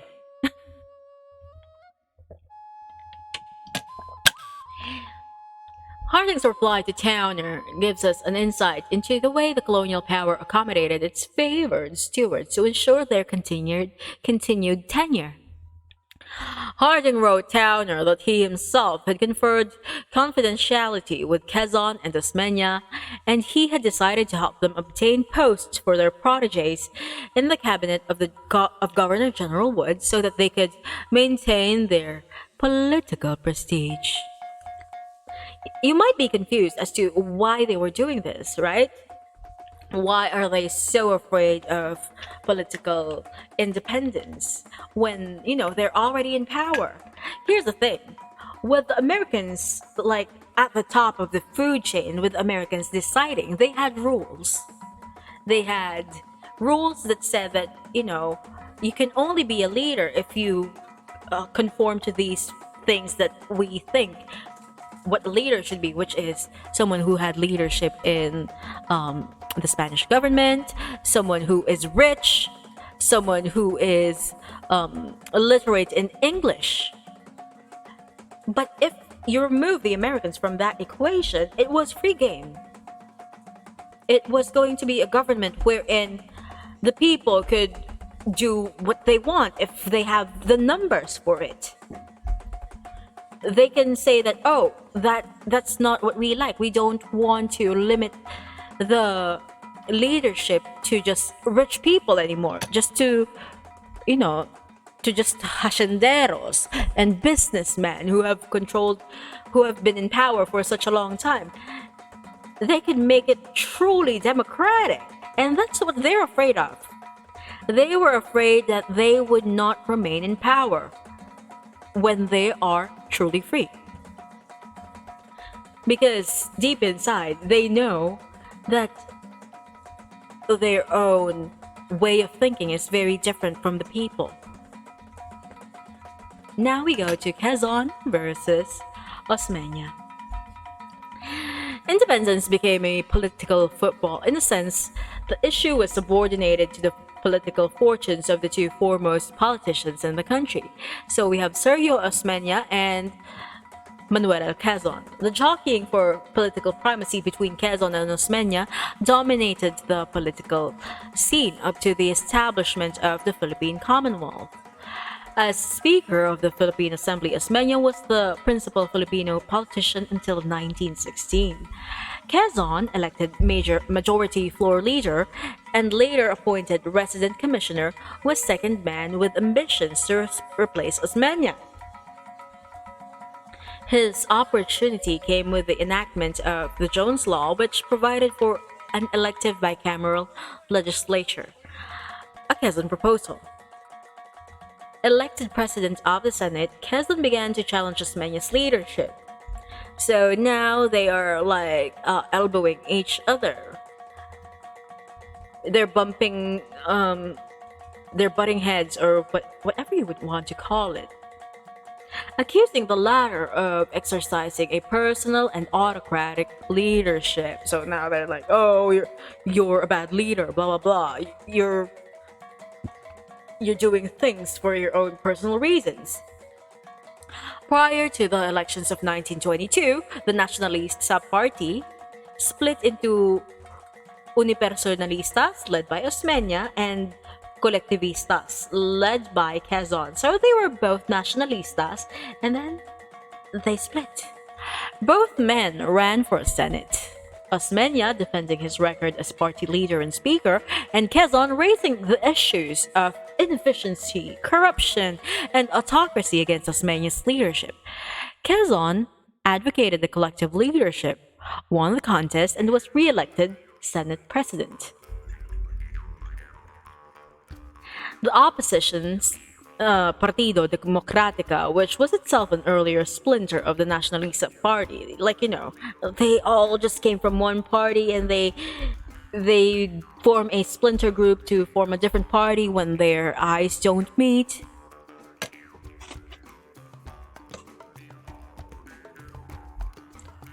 Yes, I think it is.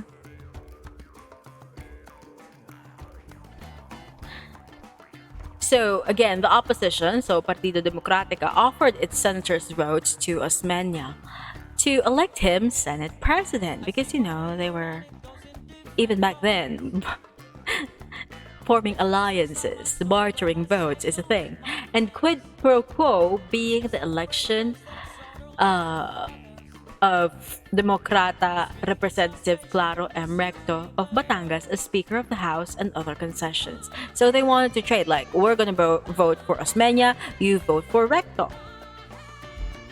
Osmeña, however, decided to support Quezon's candidate for Speaker, Manuel Rojas. Therefore, the Osrox thing, you know, they were kind of a love, not a love team, but I like to call it that. So Manuel Rojas is from Capiz. So Osmeña was then elected Senate President pro tempore, thus paving the way for the eventual reconciliation of the two Nacionalista parties. Securely in power, Quezon promptly chucked collectivism out of the window. It's like, nah, I'm sure I'm gonna win the shit. It had been no more than an excuse for the attainment of personal ambition, because of course he wants to be president. This political episode presaged future political contests in its use and even fabrication of issues to serve personal goals, and its focus on personalities and the jockeying for the spoils, in its total irrelevance to the people's problems, because, you know, politics. It was also a circus back then, not just now, even then. The Nacionalista Party split, and the subsequent reconciliation of the warring sectors would be repeated many more times. Breakaway groups would provide the only challenges to Nacionalista Party supremacy, since no serious opposition party managed to exist after the demise of the Democrata Party in 1932. So there was no real opposition. It's just the Nacionalista Party doing this whole ass vaudeville thing wherein a little group would break away from them for, you know, for personal reasons or whatever, and being the opposition for that moment, and then they would like reconciliate once their differences have been settled, or they have like a similar interest. The first open fight between Osmeña and Quezon also saw the emergence of Recto and Rojas, two auxiliary personalities who would figure prominently in Osmeña's return challenge to Quezon's leadership in the pro and anti fight over the Hair Horse Cutting Act. You might be familiar with this. Recto would be Quezon's lieutenant against Osmeña and Rojas. Now let's talk about the reconciliation between Osmeña and Quezon.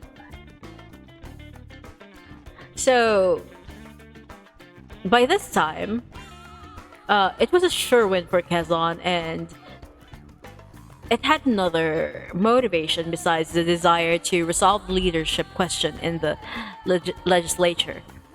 This was the need to confront the threat to their power in the person of Governor General Leonard Wood. So you see, the enemy of my what's that? How does the saying go? Like, if your enemy is my enemy, then we are friends. It's kind of like that with them, even up to now. Why do you think we have the president and the vice president being the current person? So they are right now, because their enemies are the same. So they have to be friends, even if they don't agree. They had to be friends because Gloria Macapagal said so. Do you know that chismis? Why they came together? Okay, no one is asking, but here's the deal. This is chismis, by the way, not confirmed, but here is how it went. So, Gloria Macapagal Arroyo, I am sorry, Hello Garci, the one with the neck brace, the one with the nanal, yes, her, was the one who was like talking to Sarah. I'm gonna use their names, I don't care. Fuck me up, bestie. Okay, she was the one talking to Sarah, and the plan was she was going to be president, okay? And the thing is, Sarah has a lot of things that she doesn't have in common with her dad. Like, the moment that Sarah went in office locally, like in Davao, the first thing that she did was like, remove the people that her dad put there, because she wants to be her own person. She has a lot to prove. She has daddy issues. Now, she's seeing Gloria as like some sort of a mentor. I don't know. Why would you see such person as a mentor unless, your plan is to do sketchy things. But anyway, the plan was originally to go to Bongbong Marcos and get him to run as vice president. Okay? So the original plan was Sarah was going to be president and Bongbong was vice president. But if you have watched Kingmaker, which I actually plan to stream on my Discord one day, when we find the correct schedule for it, when I'm not busy, in the Kingmaker, it's clearly very, very, very obvious that the one who wanted the presidency for Bongbong was his mom. Like, she said that when he was 7 years old, she knew that he's going to be like the replacement for his dad. So you can also see, like, this is before campaign period, and like, originally this film was like to look at the other side. That's why they were interviewing the Marcoses, because they wanted to see if there was like a different side to them, that maybe it was all a misunderstanding. But the more that they researched, the more that they looked, the worse it got for the Marcoses. But there's a scene there where you can clearly hear Jabba the Hutt herself, Bongbong's mother, Imelda, asking, I forgot, was it Franklin Drilon or someone else who looked like Franklin Drilon? She was asking what his chances are for presidency. Like, this was the time when he already lost 3 times in one election. She was the one pushing for this. So obviously, her mind has been set ever since this boy was 7. No matter how stupid he is, no matter how irresponsible he is, he has to be the president of the Philippines. He has to replace his dad and to bring back their family's name back to their former glory, or whatever the fuck that means. Okay, so now you can clearly see that they will not play second fiddle to Sarah. And so, when they got there, they talked about it. Gloria and Sarah ended up accepting the vice president role for Sarah because apparently Bongbong wouldn't back down, or at least his mother. I don't know. I really think that it's his mom. I really think that it's his mom's idea. Anyway, so that happened. And this was all happening without Rodrigo's knowledge. That's why he was so fucking furious, so fucking mad when it was announced that Bongbong and Sara are going to be a thing. Because he was not informed about it. And why was he mad if his daughter is still going to be the one who is sitting in power? First of all, international charges against him. Like, there are issues like human rights violations, right? And if they're not at the top seat, if they're not the ones in complete power, it's gonna be harder for him to escape whatever the fuck the international courts are going to throw at him. So he wanted his boyfriend, Bongo, to be running for them. But after that, I'm not really sure what happened. They probably settled that, oh, okay, we're gonna protect you or whatever, blah, blah, blah. But I don't know. Things are not doing so well between them. But honestly, I don't give a fuck anymore. They can throw shit at each other. But why did we get there? Why did we get there? Where was I headed? Oh, the reconciliation. So, yeah, that reconciliation happened because of Gloria Macapagal Arroyo.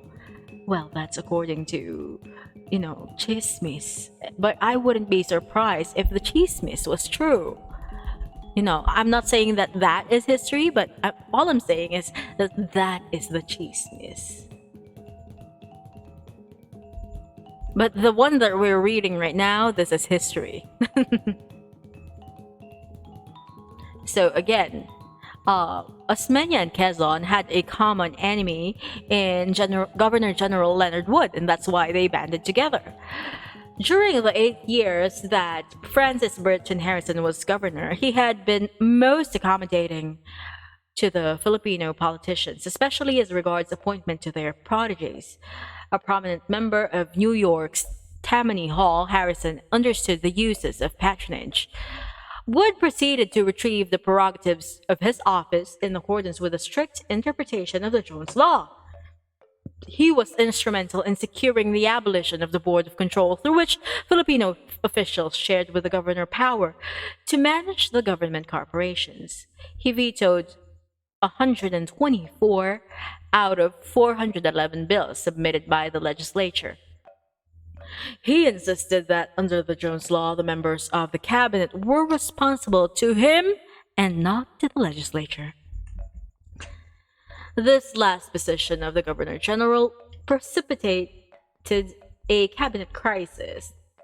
Upon Quezon's instruction, the Filipino members of the cabinet resigned.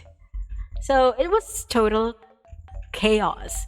Now, in October 1923, the legislature passed a resolution demanding Wood's recall, and in November, Speaker Rojas was sent to Washington to present the grievances of the leaders and to ask either Wood's relief and the appointment of a Filipino governor general or for independence. The people enthusiastically supported the politicians' fight against Wood. They resented President Calvin Coolidge's support of Wood in his restatement of the traditional Republican policy against the independents until some vague future time, when the American auditor suspended disbursements for the expenses of the Rojas mission.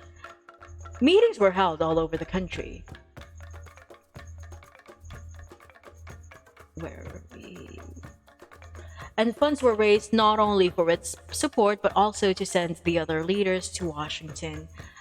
Public enthusiasm and the American auditors' action persuaded even the opposition Democrats to make common cause with the Nacionalistas.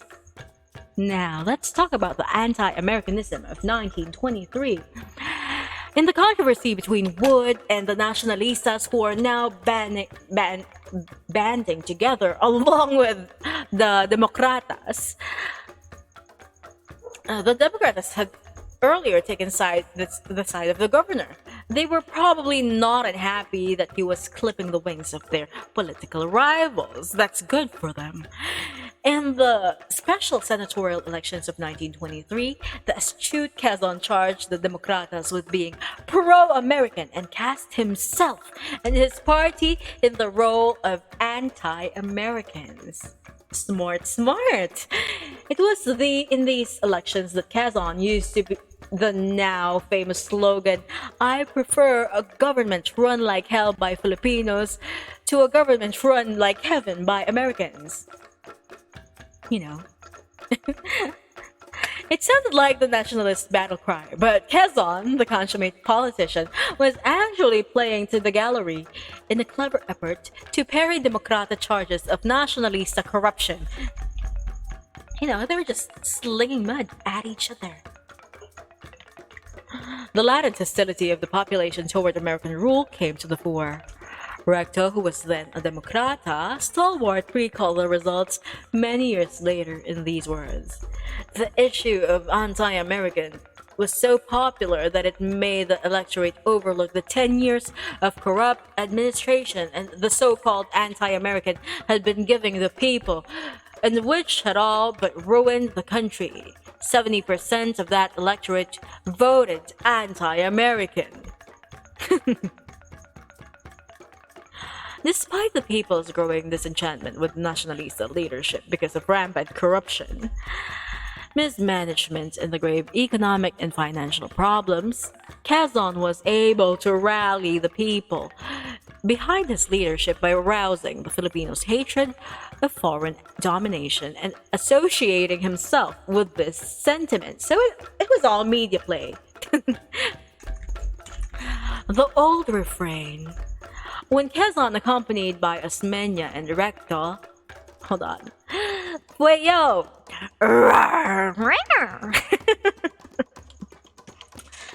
let's continue. So, when Quezon, with Osmeña and Recto, left to join Rojas in Washington in April 1924, he went as the leader of a people who had just demonstrated their anti-Americanism and their desire for freedom at the polls in the public meetings. But once in Washington, Quezon and company, all of them, reverted to their original roles. At this time, both houses of Congress seemed to favor immediate independence. Legislators representing interests hurt by the free entry of the United States in the Philippines sugar, cigars, and other products were predisposed to pass the new Cooper Bill, which provided for the creation of a constitutional convention, a CONCON, to draft a constitution for an independent Philippine government. So you might be familiar with the term CONCON, Constitutional Convention, if you're old like me, because it was like being discussed alongside with CHACHA, which is charter change. Constitutional Convention, you have to create the whole thing. Charter change, there's just like some things that you need to fix, if I remember correctly. So, alarmed by this trend, other American interests in the Philippines and in the New York began to exert counter pressure on the administration. This pressure induced General Frank McIntyre, same dude who was the chief of Bureau of Insular Affairs, to resurrect a draft his office had prepared in 1922 at the instance of Osmeña and Quezon. This became the Fairfield Bill, a compromise measure designed to forestall further congressional action on the Cooper Bill. Among the supporters of the Fairfield Bill were American businessmen in the Philippines, such as the president of the Philippine American Chamber of Commerce, who actually had a hand in drafting the bill, and the president of the Manila Electric Company and the Philippine Railway Company, it is therefore not surprising that, as an independence measure, the bill contained many objectionable features. Among them, a provision that English should continue to be used as the medium of instruction, a provision for tariff relations that would perpetuate Philippine economic dependence on the United States, a provision that empowered the U.S. Commissioner upon instruction of the U.S. President to take over any executive function of the government, and a 20-year waiting period before the recognition of independence. However, the Governor General would be a Filipino, because until then it was an American. The missioners exposed. The sponsors of the bill discussed it in detail with Quezon and the others. The Filipinos suggested some amendments. Subsequently, Quezon, Osmeña, and Rojas declared before the Congressional Committee that the Fairfield Bill would be acceptable to Filipino people and would end the constant agitation for independence. The missioners were therefore greatly disconcerted to learn that there was a general opposition to the bill at home.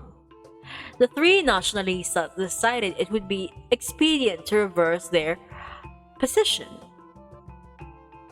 But Recto, wishing to capitalize on the popular sentiment to boost his own party, decided to upset their plans. At a popular banquet tendered by His Honor upon his return from Washington, he delivered a speech in which he maintained that Quezon, Osmeña, and Rojas had accepted the Fairfield Bill. The three leaders issued a joint declaration denying Recto's allegation.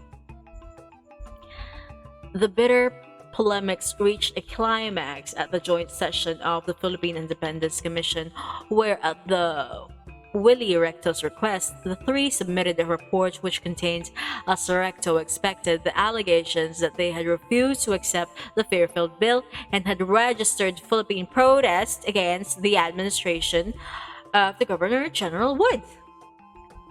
Immediately thereafter, Recto announced that he would write a dissenting report. In the course of a marathon 8-hour session, Recto single-handedly engaged Quezon, Osmeña, and Rojas in a debate. He's like, fuck y'all, I can defeat all of you all at once. Focusing his attention not on the merits of the Fairfield Bill, but on the insincerity of the three. So it was not really very, objective, not talking about the bill itself, but more of like questioning the sincerity of the three people. He accused Quezon, Osmeña, and Rojas of double dealing with the Filipino because, contrary to their claim that they had worked for the recall of the Governor General Wood, they had in fact pledged to cooperate with them.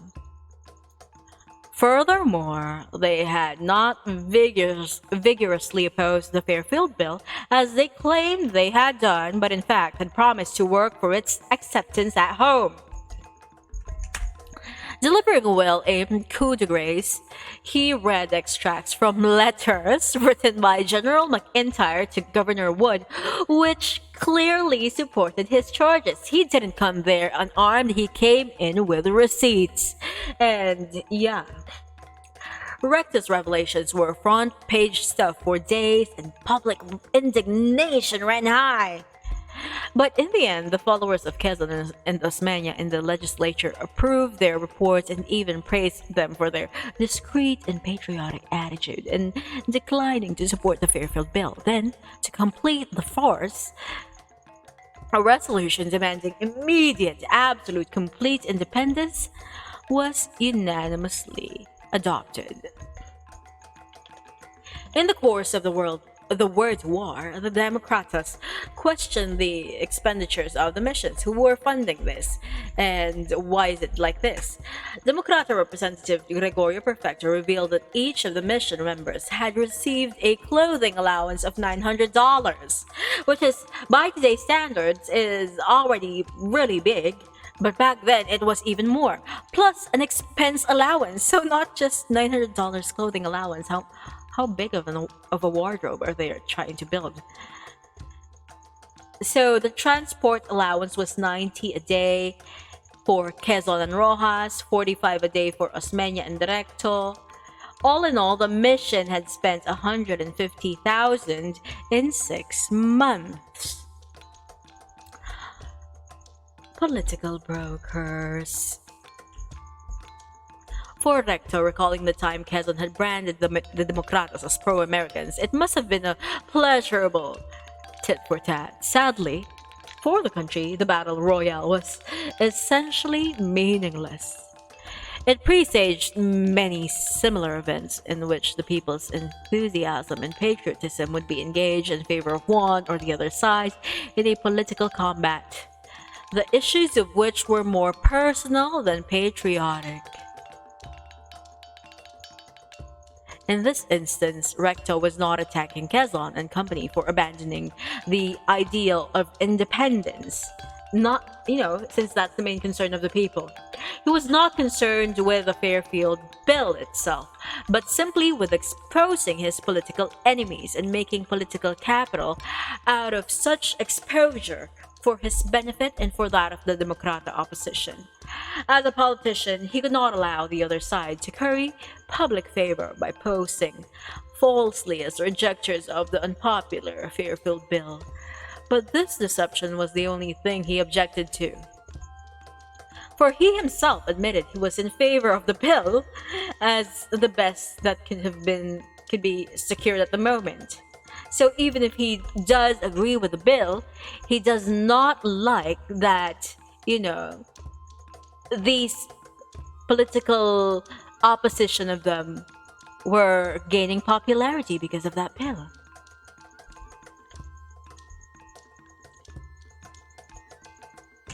The truth is that by this time, the Filipino leaders had become habituated to performing the role of brokers between colonizers and the people. Having completely accepted colonial status, they sought to harmonize the people's demands with what the colonial power was willing to grant, rather than point out more clearly to the people the truth about colonization. They played the roles of interpreters of the colonizers' will. Fury in their demands for immediate and complete and absolute freedom, independence for public consumption in the Philippines, they asked mainly for one thing during private negotiations in Washington: that any largesse, any concession be coursed through them so that they might continue to hold power as the only leaders who could realize their countrymen's aspirations. It was, of course, the ambition of their political enemies to supplant them in this dual role of official spokesmen of the people on one hand, and on the other, men whom the colonizer would find it convenient to deal with. Contemporary ring. Recto's criticism of the majority parts expressed soon after. Hello, Cherry's me. Hello, welcome, honey. We are reading The Philippines, a Past Revisited by Renato Constantino. It's a history book. And we are now talking about the politics of the American colonial era, specifically Recto, Osmeña, Rojas. Who else did I forget? So Recto's criticism of the majority party, expressed soon after he was elected senator in 1931, give us valuable additional insight into the nature of colonial politics then. They're also instructive in their striking similarity to, to today's political practices. Good morning, Tan! I hope you had a great sleep and hope you have a great day ahead. Good morning. We're reading a history book. So let's continue. For example, in criticizing the majority's penchant for holding secret executive missions, Recto also broadly hinted at a number of anomalies familiar to present-day Filipinos. So here are the charges. Secrecy is indeed the spinal column of your government. Secrecy, like, um, secret funds, um, confidential funds, state secrets in the management of funds of independence campaigns, state secrets in the administration of the finances of government owned companies, state secrets in your negotiations with the sovereign power about the future political status of the Philippine Islands. State secrets in the discussion and approval of legislative and administrative measures in the international administration of the government. So Senator Recto also charged that this same secrecy had given rise to graft and irregularities in the Philippine National Bank, which had become the private preserve for politicians. He criticized the majority of having adopted a practice of the United States Senate known as courtesy of the Senate, according to which the senator of one state was given by his colleagues the decisive vote of the consideration of appointments in which he had particular interest. This meant that senators accommodated each other's political proteges, regardless of the latter's qualifications.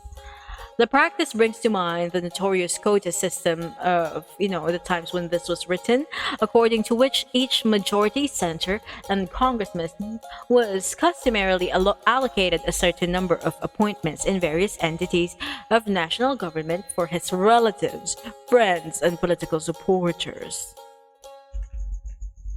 Patronage. But the most useful of this perorations against the party in power was the one in which Recto gave posterity as a clear picture of the nature of colonial government and its leaders. He exposed the collaboration between the governor general and the majority party, which gave both what they wanted at the expense of the country.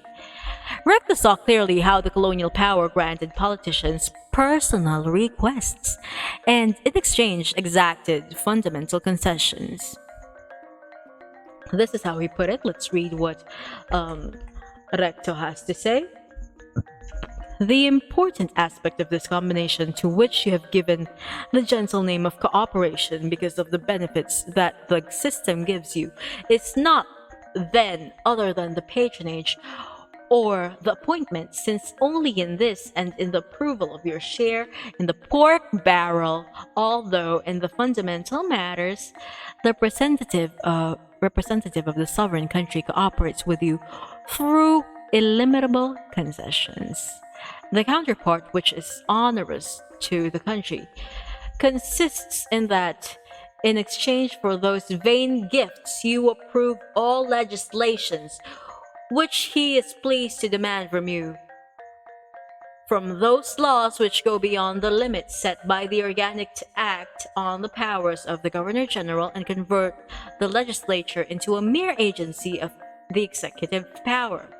Like the perpetual martial law that gives Malacanang its advisors to those measures which at the bottom tend to transfer to big capitalist organizations huge proportions of our lands, as in those amendments which in an unfortunate hour you introduced into our corporation and public laws. The political bonds between the American Governor General as the local representative of American colonialism and the Filipino leaders as colonial intermediaries were soldered with the economic ties which free trade fostered between the two countries. One bondage reinforced the other. Hedging on independence. Although the people still responded to the old slogan of immediate and absolute independence, and indeed demonstrated in the popular unrest that characterized this period their impatience over its delay, other voices were also being heard expressing misgivings over the expected loss of the U.S. market once the country became independent. The export barons were now openly fearful of severing relations with the United States. Free trade had brought them prosperity, and part of the benefits had seeped down to those sectors in the middle class, directly or indirectly dependent on these export industries. The unlimited entry of American uh, products, aided by cultural Americanization, had resulted in a drastic reorientation of Filipino consumption taste towards American products, which is still evident up to today. A lot of, older Filipinos, like boomers, and maybe until up to Gen Xers, still think that American products are like the top tier, best. I think it's just been diffused lately because of the emergence of Korean influence through media, because you see a lot of it on television. Now, in the space of 30 years, Philippine imports from the United States increased 91 times, while Philippine exports increased 32 times. By 1934, 80% of Philippine exports went to the US, while American products accounted for 65% of Philippine imports. So majority of the trade of the country involved the United States. Colonial consciousness made free trade seem indispensable to economic prosperity and increased the feeling of dependence in the United States. The economic and political elite, the groups were coterminous, or at least intimately interrelated, were becoming increasingly reluctant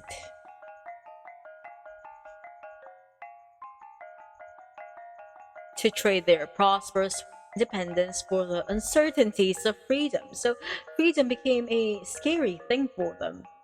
Although immediate and absolute independence had long been tacitly discarded as a demand from the colonial power, independence missions continued to be sent to the United States for political effect, because they provided an excellent cover for junkets, and because in the local political intramurals, some minor concessions or vague new promise brought home from Washington could be used to boost a leader's political stock. So basically just something to wave around to make the people think they actually care for them.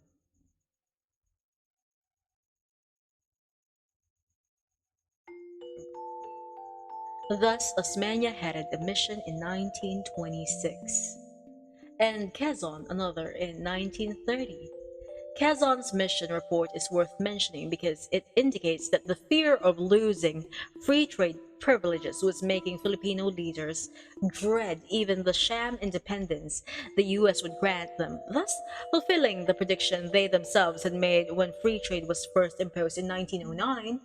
Quezon proposed that the next mission to try to obtain one of the following: immediate independence with trade for 10 years, or an autonomous government now with free trade, and a plebiscite 10 years hence to allow people to vote either for absolute independence or for autonomy and preferential independence. Hold on. So we are now at page 336. Let me just look at how long this still is.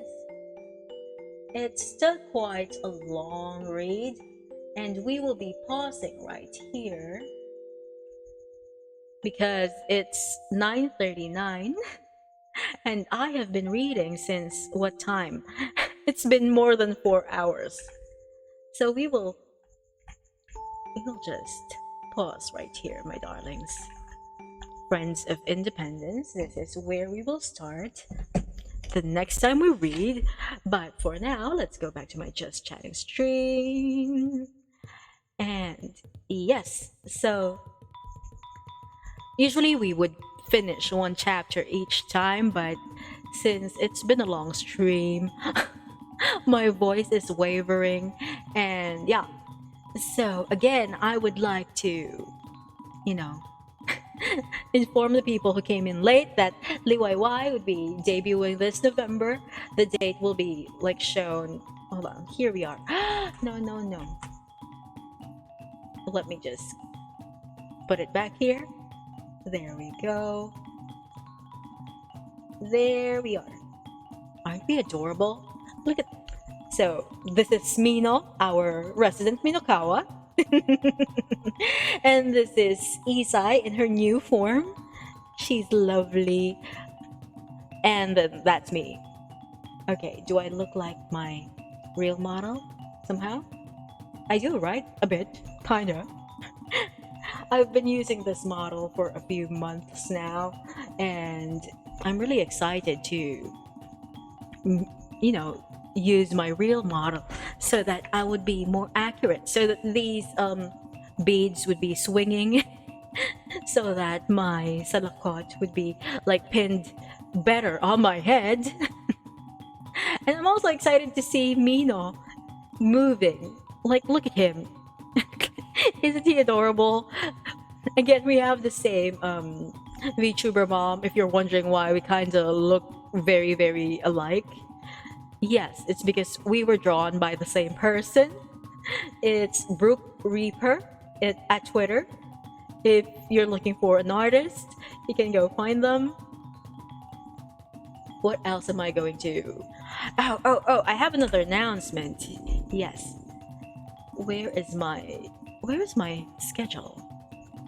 So yeah, if you're not following me on Twitter or anywhere else, but you're here, my schedule is on Monday. There will be hold on, here we go. There would be a K-pop karaoke stream on Monday. Its theme would be creepy, which is because it's Halloween. Yeah. And then on Wednesday,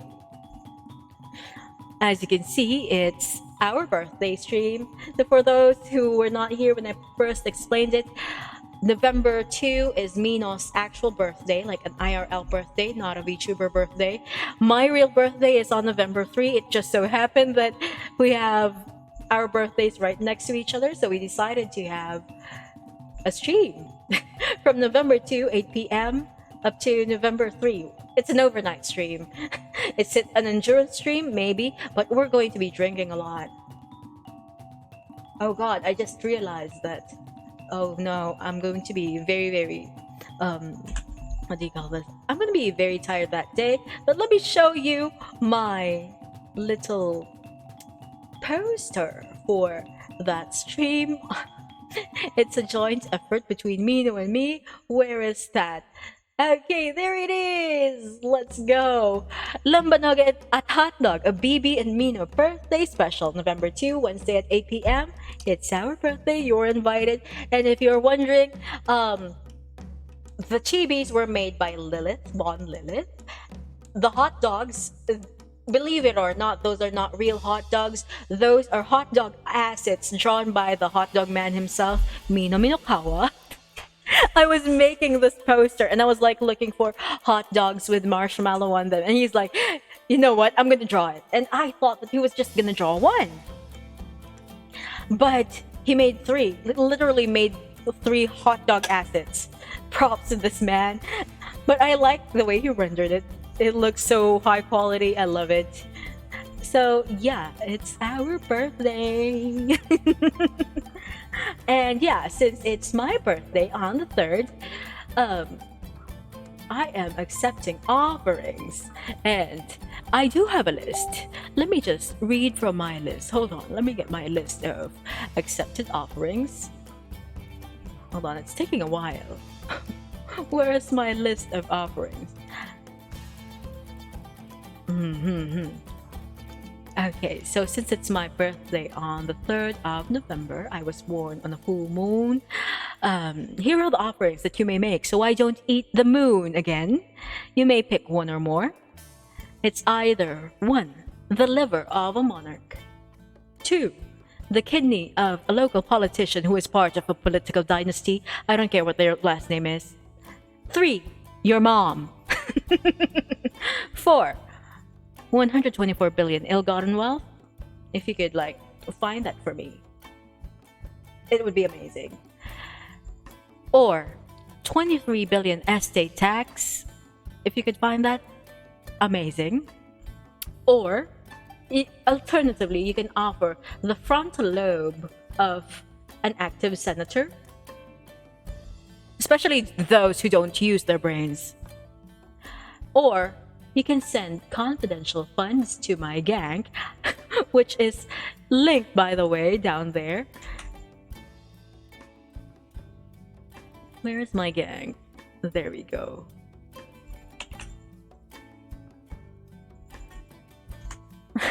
Tan is very confused. Okay, Tan, let me explain. Hot dog and marshmallow is a usual birthday thing for like birthday parties for children. Like kids love hot dogs, kids love marshmallows, and I don't know, parents just decided to like put them on a stick together. So yeah, you may send the confidential funds to my gang, or get me anything from my throne wish list. Either. Oh, it's okay, Todd. It's a very specifically Filipino thing. I don't think other people from other countries do it. I don't know. I never liked it, but it's a cultural thing. I don't know. It's weird. You have to note though that most of the things here in the Philippines are sweet. So our hot dogs are not like, you know, the same type that you have there. It's a little bit less salty, a little sweeter, a little bit smaller. Even the spaghetti here in the Philippines is a lot sweeter. Culture shock. Welcome to the Philippines. You know what? I'm going to hold on. Let me find pictures of it. Like, usually what they would do is that they would put it on sticks, and then they would put the sticks around what do you call those, pineapples. So there's a chunk of pineapple on the table, like half of it or a whole pineapple, and then they would poke it with the sticks. It's hard to illustrate, but let me look for a picture. There we go. It looks ridiculous, I know. There we go. It's too big. So here is what you will see in a regular Filipino birthday party for children.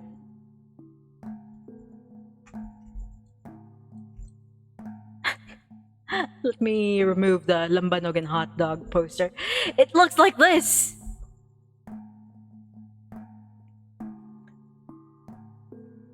Right, Netizer? Like, kids love this for some reason. Like, I know they like hot dogs, but seriously, with a marshmallow? But then again, they're kids. They eat anything weird. So yeah, that is why we have this lambanog and hot dog. Oh, lambanog is a local Filipino alcoholic drink. It's alcohol distilled from coconuts. Let me just remove the hot dogs and the lambanog PNG. Oh yeah, some of them use banana trunks as the thing that you put the hot dogs in. Yeah, because bananas are like very common here. Like, I have banana trees outside my premise. Literally, I can go out right now and look for one. Anyway, it was a great stream with you guys. I'm going to send you off. I don't know to whom. Hold on, let's see. Let's look at who else is streaming at the moment.